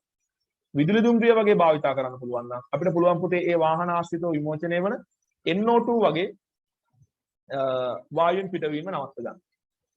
ඉතින් 10යි කාලයි අපි පටන් ගත්තේ හරියටම 8ට ක්ලාස් එක. පැය දෙකයි කාලක් ගියා. ලොකු මාතෘකාවක්. ඉතින් ඔයාලට බාරයි ඉතුරු ටික මීට වඩා ඉතින් ලස්සනට උගන්වනවා. දැන් පන්ති වල උගන්වනවා. ලස්සනට ඉගන්නුවත් කැතට ඉගන්නුවත් වැඩේ තියෙන ඔයාලගේ අතේ. හරිද? ඉතින් මම මේක බෝඩ් එකට ගිහලා උගන්වන්න ගියා නම් අද මට මේකෙන් භාගයක්වත් කරන්න වෙන්නේ නැහැ. ඔයාලා දන්නවනේ මම ඉතින් හිමිට උගන්වගෙන යනකොට. නමුත් මේ කරපු විදිහට මම පැය දෙකයි කාලෙන් ඉගන්නුවා. හැබැයි මතක තියාගන්න පුතේ මේක ඔයාලට මම හැමදාම කියනවා වගේ මතක තියාගන්න. ඔයාලා දක්ෂ වෙන්න ඕන. මේක එපා නොවි හරිද? මේක එපා නොවි කොහමද? ටික ටික ඔලුවට දාගන්න. ටික ටික ඔලුවට දාගන්න. කොහොමද? මෙන්න මේ ටික කියා ගන්න පුළුවන්ද කියලා බලන්න. ඔන්න අහගන්න හැමෝම. ජලය වාෂ්ප වෙනවා. මොන කාට හරි අල්ලගෙන කියන්නේ හෙට දිහාට. ජලය වාෂ්ප වෙනවා. ඔය ජලය ඝනීභවණය වෙලා පල්ලෙහාට වැටෙනවා. ඒතර කියයි නැතුව යක උඩට යනවාද කියලා. හරි. ඒ වැටෙන එකට කියනවා වර්ෂණය කියලා. වර්ෂණයේ කොටස් අපිට බෙදන්න පුළුවන් වැස්ස වතුර ද්‍රව වතුර වැටෙන එකට වතුර වගේ වැටෙන එකට ද්‍රව වැටෙන එකට. ඊට පස්සේ ඝන වතුර වැටෙනවා. අපිට කියන්න පුළුවන් අයිස් මීදුම කියලා. ඊට පස්සේ තුහින මීදුම නිකන් ද්‍රව බිඳිති විදිහට එනවා. මේ තමයි ජල චක්‍රයේ පිරිසිදුම කොටස. හොඳට අහගෙන ඉන්න. මේ විදිහට කියන්න ඔයා තනියම උනත් කියවන්න පුළුවන් නම් හොඳයි. හරි. ජලයේ පිරිසිදුම කොටස. හැබැයි ඔය වායු ගෝලය හරහා වතුර එනකොට කාබන් ඩයොක්සයිඩ් N2O2 වගේ ඒවා දිය වෙනවා. හැබැයි මේ කාබන් ඩයොක්සයිඩ් දියවීම පොඩ්ඩක් විශේෂයි. මොකද කාබොනික් අම්ලය හදලා ජලයේ pH එක අඩු වෙනවා. සාමාන්‍ය pH එක 5.6ක් වගේ. නමුත් ඒක එච්චර හානිකර නැහැ. අපි අම්ල වැසි කියලා සලකන්නේ. ප්‍රශ්නේ තියෙන්නේ ස්වාභාවික ක්‍රියාවලිය සහ මිනිස්සු විසින් නිකුත් කරන NO2 NO වායුව SO2 SO3 වායුව නිසා. එතකොට මේ NO2 වායුව SO2 SO3 වායුව නිදහස් වන ස්වාභාවික ක්‍රියාවලිය සහ මිනිස් ක්‍රියාකාරකම් තියෙනවා. NO සහ NO2 වායුව නිදහස් වෙන ස්වාභාවික ක්‍රියාවලිය ගත්තොත් අපිට NO2 වායුව නිදහස් වෙන ස්වාභාවික ක්‍රියාවලිය හතරක් කියන්න පුළුවන්. හරි. කලන පටන් ගමු. මොනවාද NO2 මට රෑ වෙනවා දැන් මට මහන්සි ඉක්මනට කියන්න ඕන. මොනවාද NO2 වායුව නිදහස් වෙන ස්වාභාවික ක්‍රියාවලිය හතර? කෙටියෙන් ඉක්මන් කරමු. ඊළඟ නැත්නම් කාට හරි මයික් එක ඔන් කරලා උත්තර දීලා ෂේප් වෙන්න පුළුවන්. අකුණු ගැසීම් ක්‍රියාවලිය. ගැසීම. දිනදි කියමුකෝ දිනදි ගොඩක් දවසින් උත්තර දෙන්න. කියන්න බලන්න. අකුණු ගැසීම. එකක් අකුණු ගැසීම. ඊළඟ එම ගිනි කඳු. කිරීම නයිට්‍රෝ බැක්ටීරියා ආයේ අර නයිට්‍රජන් අඩංගු සංයෝග ඒක මතක නැහැ. ඔව් ඒක ඒ වචන ටික එක හරි. මට උඹ ගැන හිතන ලොකු පැහැදීමක් නැහැ ඔබ වැඩ කරන විදිය ගැන. නමුත් කමක් නැහැ මේ සතුරු වෙන කොහමද උත්තරයක් දීපු එක. ඒ වචන පැටලෙන එක ඔයාලට විතරක් නෙමෙයි පුතේ මටත් තියෙන දෝෂයක්. ඒ කියන්නේ සාමාන්‍යයෙන් බයෝ ළමයිගේ මේ වචන සෙට් එක ටිකක් මැත්ස් ළමයිට පාඩම් කරගන්න අමාරුයි. ඒක සාමාන්‍යයෙන් මෙහෙමයි කියන්නේ. නිර්වායු තත්ත්ව යටතේදී නයිට්‍රජන් අඩංගු සංයෝග මත සුද්ධජීවීන් ක්‍රියා කිරීම නිසා ඇමෝනියා නිදහස් වේ. ඒ ඇමෝනියා වායුගෝලය හමුවේදී NO2 බවට පත් වෙනවා. දැන් මම ඔයාලට එක දෙයක් කියන්නම්. කර්මාන්ත පාඩම් කරද්දී ওই පොයින්ට් එක පැටලෙනවා නම් ওই පොයින්ට් එක අමාරුයි නම් ඔය පොයින්ට් එක අමතක කරලා දාන්න. මොකද ඕක නිසා නිකන් චොර වෙන්න ඕනේ නෑනේ. හරි. ඊළඟට NO2 වායුගෝලයට නිදහස් වෙන මිනිස් ප්‍රධාන ක්‍රියාකාරකම කවුද කියන්නේ? හැබැයි නම් කරලා අහුවොත් මයික් එක වැඩ කරන්නේ අරකයි මේකයි භූත ගහන්න බෑ. කවුද කියන්නේ? වාහන ධාවනයේදී yes ඉන්ධන වාහන ධාවනයේදී ඉන්ධන දහනය නිසා වායුගෝලීය වාතය දැන් ඔයාලා ගෙදරදී මේක සම්පූර්ණයෙන් කියන්න පුරුදු වෙන්න වායුගෝලීය වාතය තෙල් එක්ක පිච්චෙනවා එතකොට NO බවට පත් වෙලා ඒ NO වායුගෝලයේදී NO2 බවට පත් වෙන්න පුළුවන්. මොන දැන් ඔයාලා තමයි සම්පූර්ණ කරන්න මම කියන්නේ. ඊළඟට කියනවා මේ SO2 SO3 වායුව පිට වෙන්න පුළුවන් ස්වාභාවික ක්‍රියාවලිය තියෙනවා. ඒක අතන පොඩ්ඩක් ඔයාලා මෙන්න මෙහෙම පොයින්ට් එකක් දාගන්න. මේ ස්වාභාවිකව නිදහස් වෙන NO2 NO වායුව නිසා අම්ල වැසි ඇති වෙන්නේ නැහැ කියලා කියාගන්න. ඊට පස්සේ එන්න SO2 නිදහස් වෙන ස්වාභාවික ක්‍රියාවලිය. මම ඔයගොල්ලන්ට SO2 නිදහස් වෙන ස්වාභාවික ක්‍රියාවලිය ප්‍රධාන වශයෙන් දෙකක් කියන්නවා. මොකක්ද මේ දෙක? එකක් කවුද කියන්නේ? හැබැයි ඔව් අමයි කියන බං. සමහර විදාරණයේදී අලුසා සල්ෆර් ඩයොක්සයිඩ් වායුව නිකුත් වීම ඔව් නිර්වායු තත්ත්වයටදී සාගර සහ ජලාශවල පතුලේ රොන් මඩ ආශ්‍රිතව නිර්වායු තත්ත්වයටදී H2 වෙනවා. ඊට පස්සේ H2S වායුගෝලීය ඔක්සිජන් එක්ක ඔක්සිකරණය වෙලා සල්ෆර් ඩයොක්සයිඩ් නිපදවීම. හරි. පොත බලා ඒ කියන්නේ හරි හොඳයි කිව්වා. කොහොම හරි කමන්නේ. ඔයාලට ඒක කියා ගන්න පුළුවන්. ඒතකොට එකක් තමයි පුතේ ගිනි කඳු පුපුරද්දී SO2 පිට වෙනවා. අනිත් එක තමයි මුහුදු විල් ගංගා හරි ඒ වගේ මේ රොන් මඩ ආශ්‍රිතව ওই මාළු හැම මැරිලා උන්ගේ තියෙන සල්පඩංගු සංයෝග නිර්වායු තත්ත්ව යටතේදී සුද්ධ ජීවීන් නිසා H2S බවට පත් වෙනවා. මේ H2S නිදහස් වෙලා වායුගෝලීය ඔක්සිජන් එක්ක ප්‍රතික්‍රියා කළ SO2 වෙනවා. ඔතනදී විශේෂ කාරණයක් කියනවා ඔය H2S SO2 වෙලා අම්ල වැසි ඇති වෙන්නේ නැහැ. හැබැයි ඔය ගිනි කන්දක් නිසා නම් ඒ ආශ්‍රිතව අම්ල වැස්සක් බලාපොරොත්තු වෙන්න පුළුවන්. නමුත් පොදු වශයෙන් පුතේ ඒත් ස්වාභාවික ක්‍රියාවලිය නිසා හරි ඒත් ස්වාභාවික ක්‍රියාවලිය නිසා SO2 නිදහස් වෙන ස්වාභාවික ක්‍රියාවලිය නිසා සැලකිය යුතු අම්ල වැස්සක් ඇති වෙන්නේ නැහැ. ඊට පස්සේ අපි බලනවා SO2 නිදහස් වෙන මිනිස් ක්‍රියාකාරකම්. අමාය හරි, චාමික හරි, දිනති හරි කලනත් එහෙම මෙහෙම උත්තරයක් දුන්නා. හරි. හරි. අහිංසා මැසේජ් එකකින් උත්තර දෙනවා. අහිංසක මයික් එක වැඩ කරන්නේ නැහැ කියලා කිව්වා.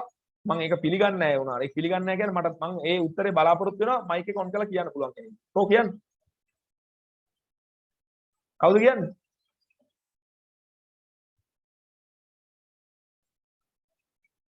කොයිතර කට්ටිය? අය ලොකු සීන්ද?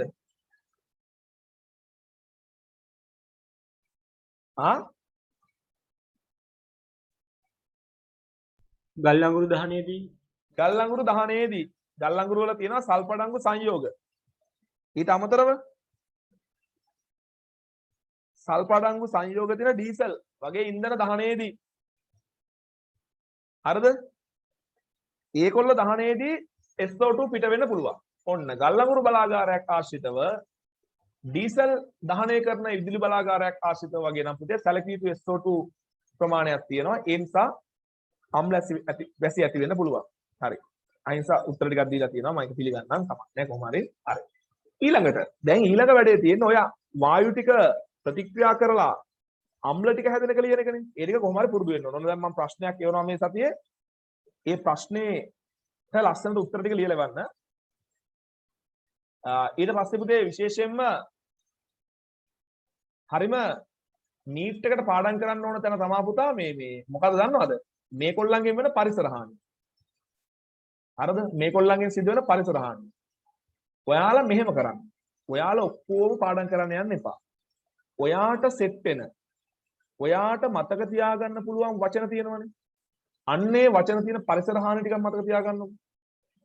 ඊට පස්සේ පුතේ ඔයාලා ඕකට කෑල්ල ඇඩ් කරගන්න.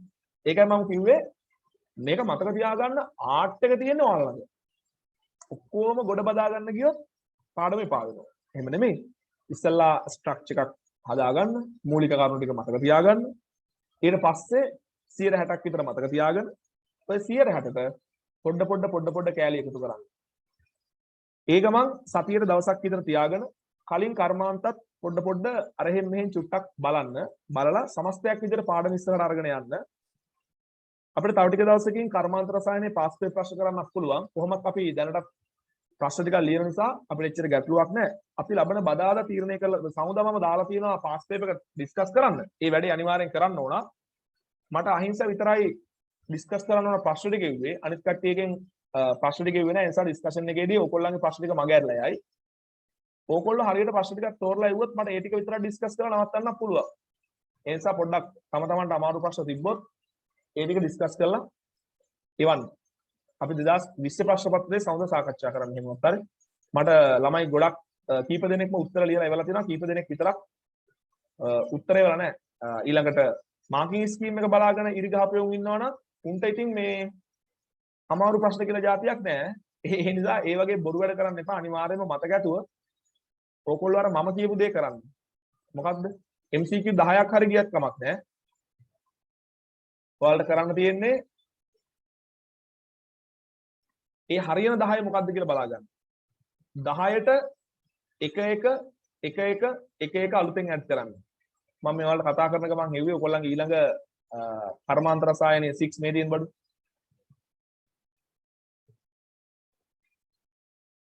ඇවිල්ලා තියෙන්නේ. ඉන්න ඔයාලට පොඩි ටැග් එකක් දෙන්නද? මං ගානේ හරි. හොමින් කර්මාන්ත රසායනය පරිසර දූෂණය ටියුට් නම්බර් 6 සිද්ධාන්ත පුනරීක්ෂණ සත්‍ය ප්‍රකාශ. මම මේකෙන් බලාපොරොත්තු වෙන පුතේ ඔයගොල්ලන්ගේ සාමාන්‍යයෙන් මේ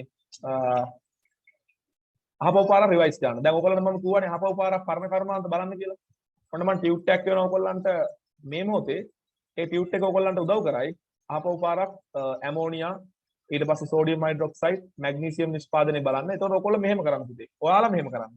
ඔයාලා මේකේ ස්ටේට්මන්ට් එක හරිද වැරදිද කියලා රිසෝස් බුක් එකෙන් බලන්න එපා. ඒක මෝඩ වැඩක්.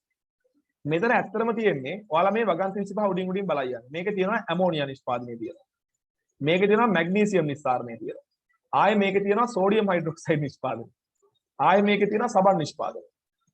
පුළුවන් නම් ඔය කර්මාන්ත 4 ඉස්සෙල්ලා පොඩ්ඩක් බලාගෙන ඉන්න. පුතේ මතක තියාගන්න මේවා ඔයාලටමයි ලියන්නේ. ළමයි 7 දෙනායි ක්ලාස් එකේ ඉන්නේ. ඔයාලගෙන් හම්බෙන ක්ලාස් P එකක් මට එහෙම නිකන් දැනෙන්න හම්බෙන්නේ නැහැ. ළමයි 7 දෙනයි 6 දෙනයි 5යි. හරිද? ඔයාලගෙන් හම්බෙන ක්ලාස් P එකක් ඇත්තටම මට මිනිස්සුන්ට ජීවත් වෙන මට්ටමට හම්බෙන්නේ නැහනේ. අද කාලේ. හැබැයි මේ ටියුට් එක ඔයාලට ලිව්වේ. මේ ටියුට් එක ඔයාලට ටයිප් කරේ. ඒ නිසා මේකේ ප්‍රයෝජන ඔයාලා ගන්න ඕන. ඒ නිසා මේ වගන්තිය කියවලා මේ වගන්තිය විතරක් හොයලා හරි වැරදි දාන්න එපා. ඒතර මේකේ මම ඔයාලට පොඩි මතක් කිරීමක් කරනවා. මේකේ තියෙන ඇමෝනියා නිෂ්පාදනයයි, මැග්නීසියම් නිෂ්පාදනයයි, සෝඩියම් හයිඩ්‍රොක්සයිඩ් නිෂ්පාදනයයි, සබන් නිෂ්පාදනයයි. කරුණාකරලා ඒ කර්මාන්ත ටික කියවලා ඉවර වෙලා පුළුවන් නම් මේකට හරි වැරදි දාන්න. එතකොට ඔයගොල්ලන්ට මේකේ ප්‍රයෝජනෙ වැඩි. පැහැදිලිනේ? එහෙනම් සියලු දෙනාට සුබ රාත්‍රියක්. හරි හොඳයි. නිදි හොඳයි. හරි. ඕකේ. බයි. good night එහෙනම් අපි හම්බෙමු ඊළඟ දවසේ. ෆ්‍රික්ෂන් එක බැලුවද? මම බලන්න. හරි. ඕකේ බයි.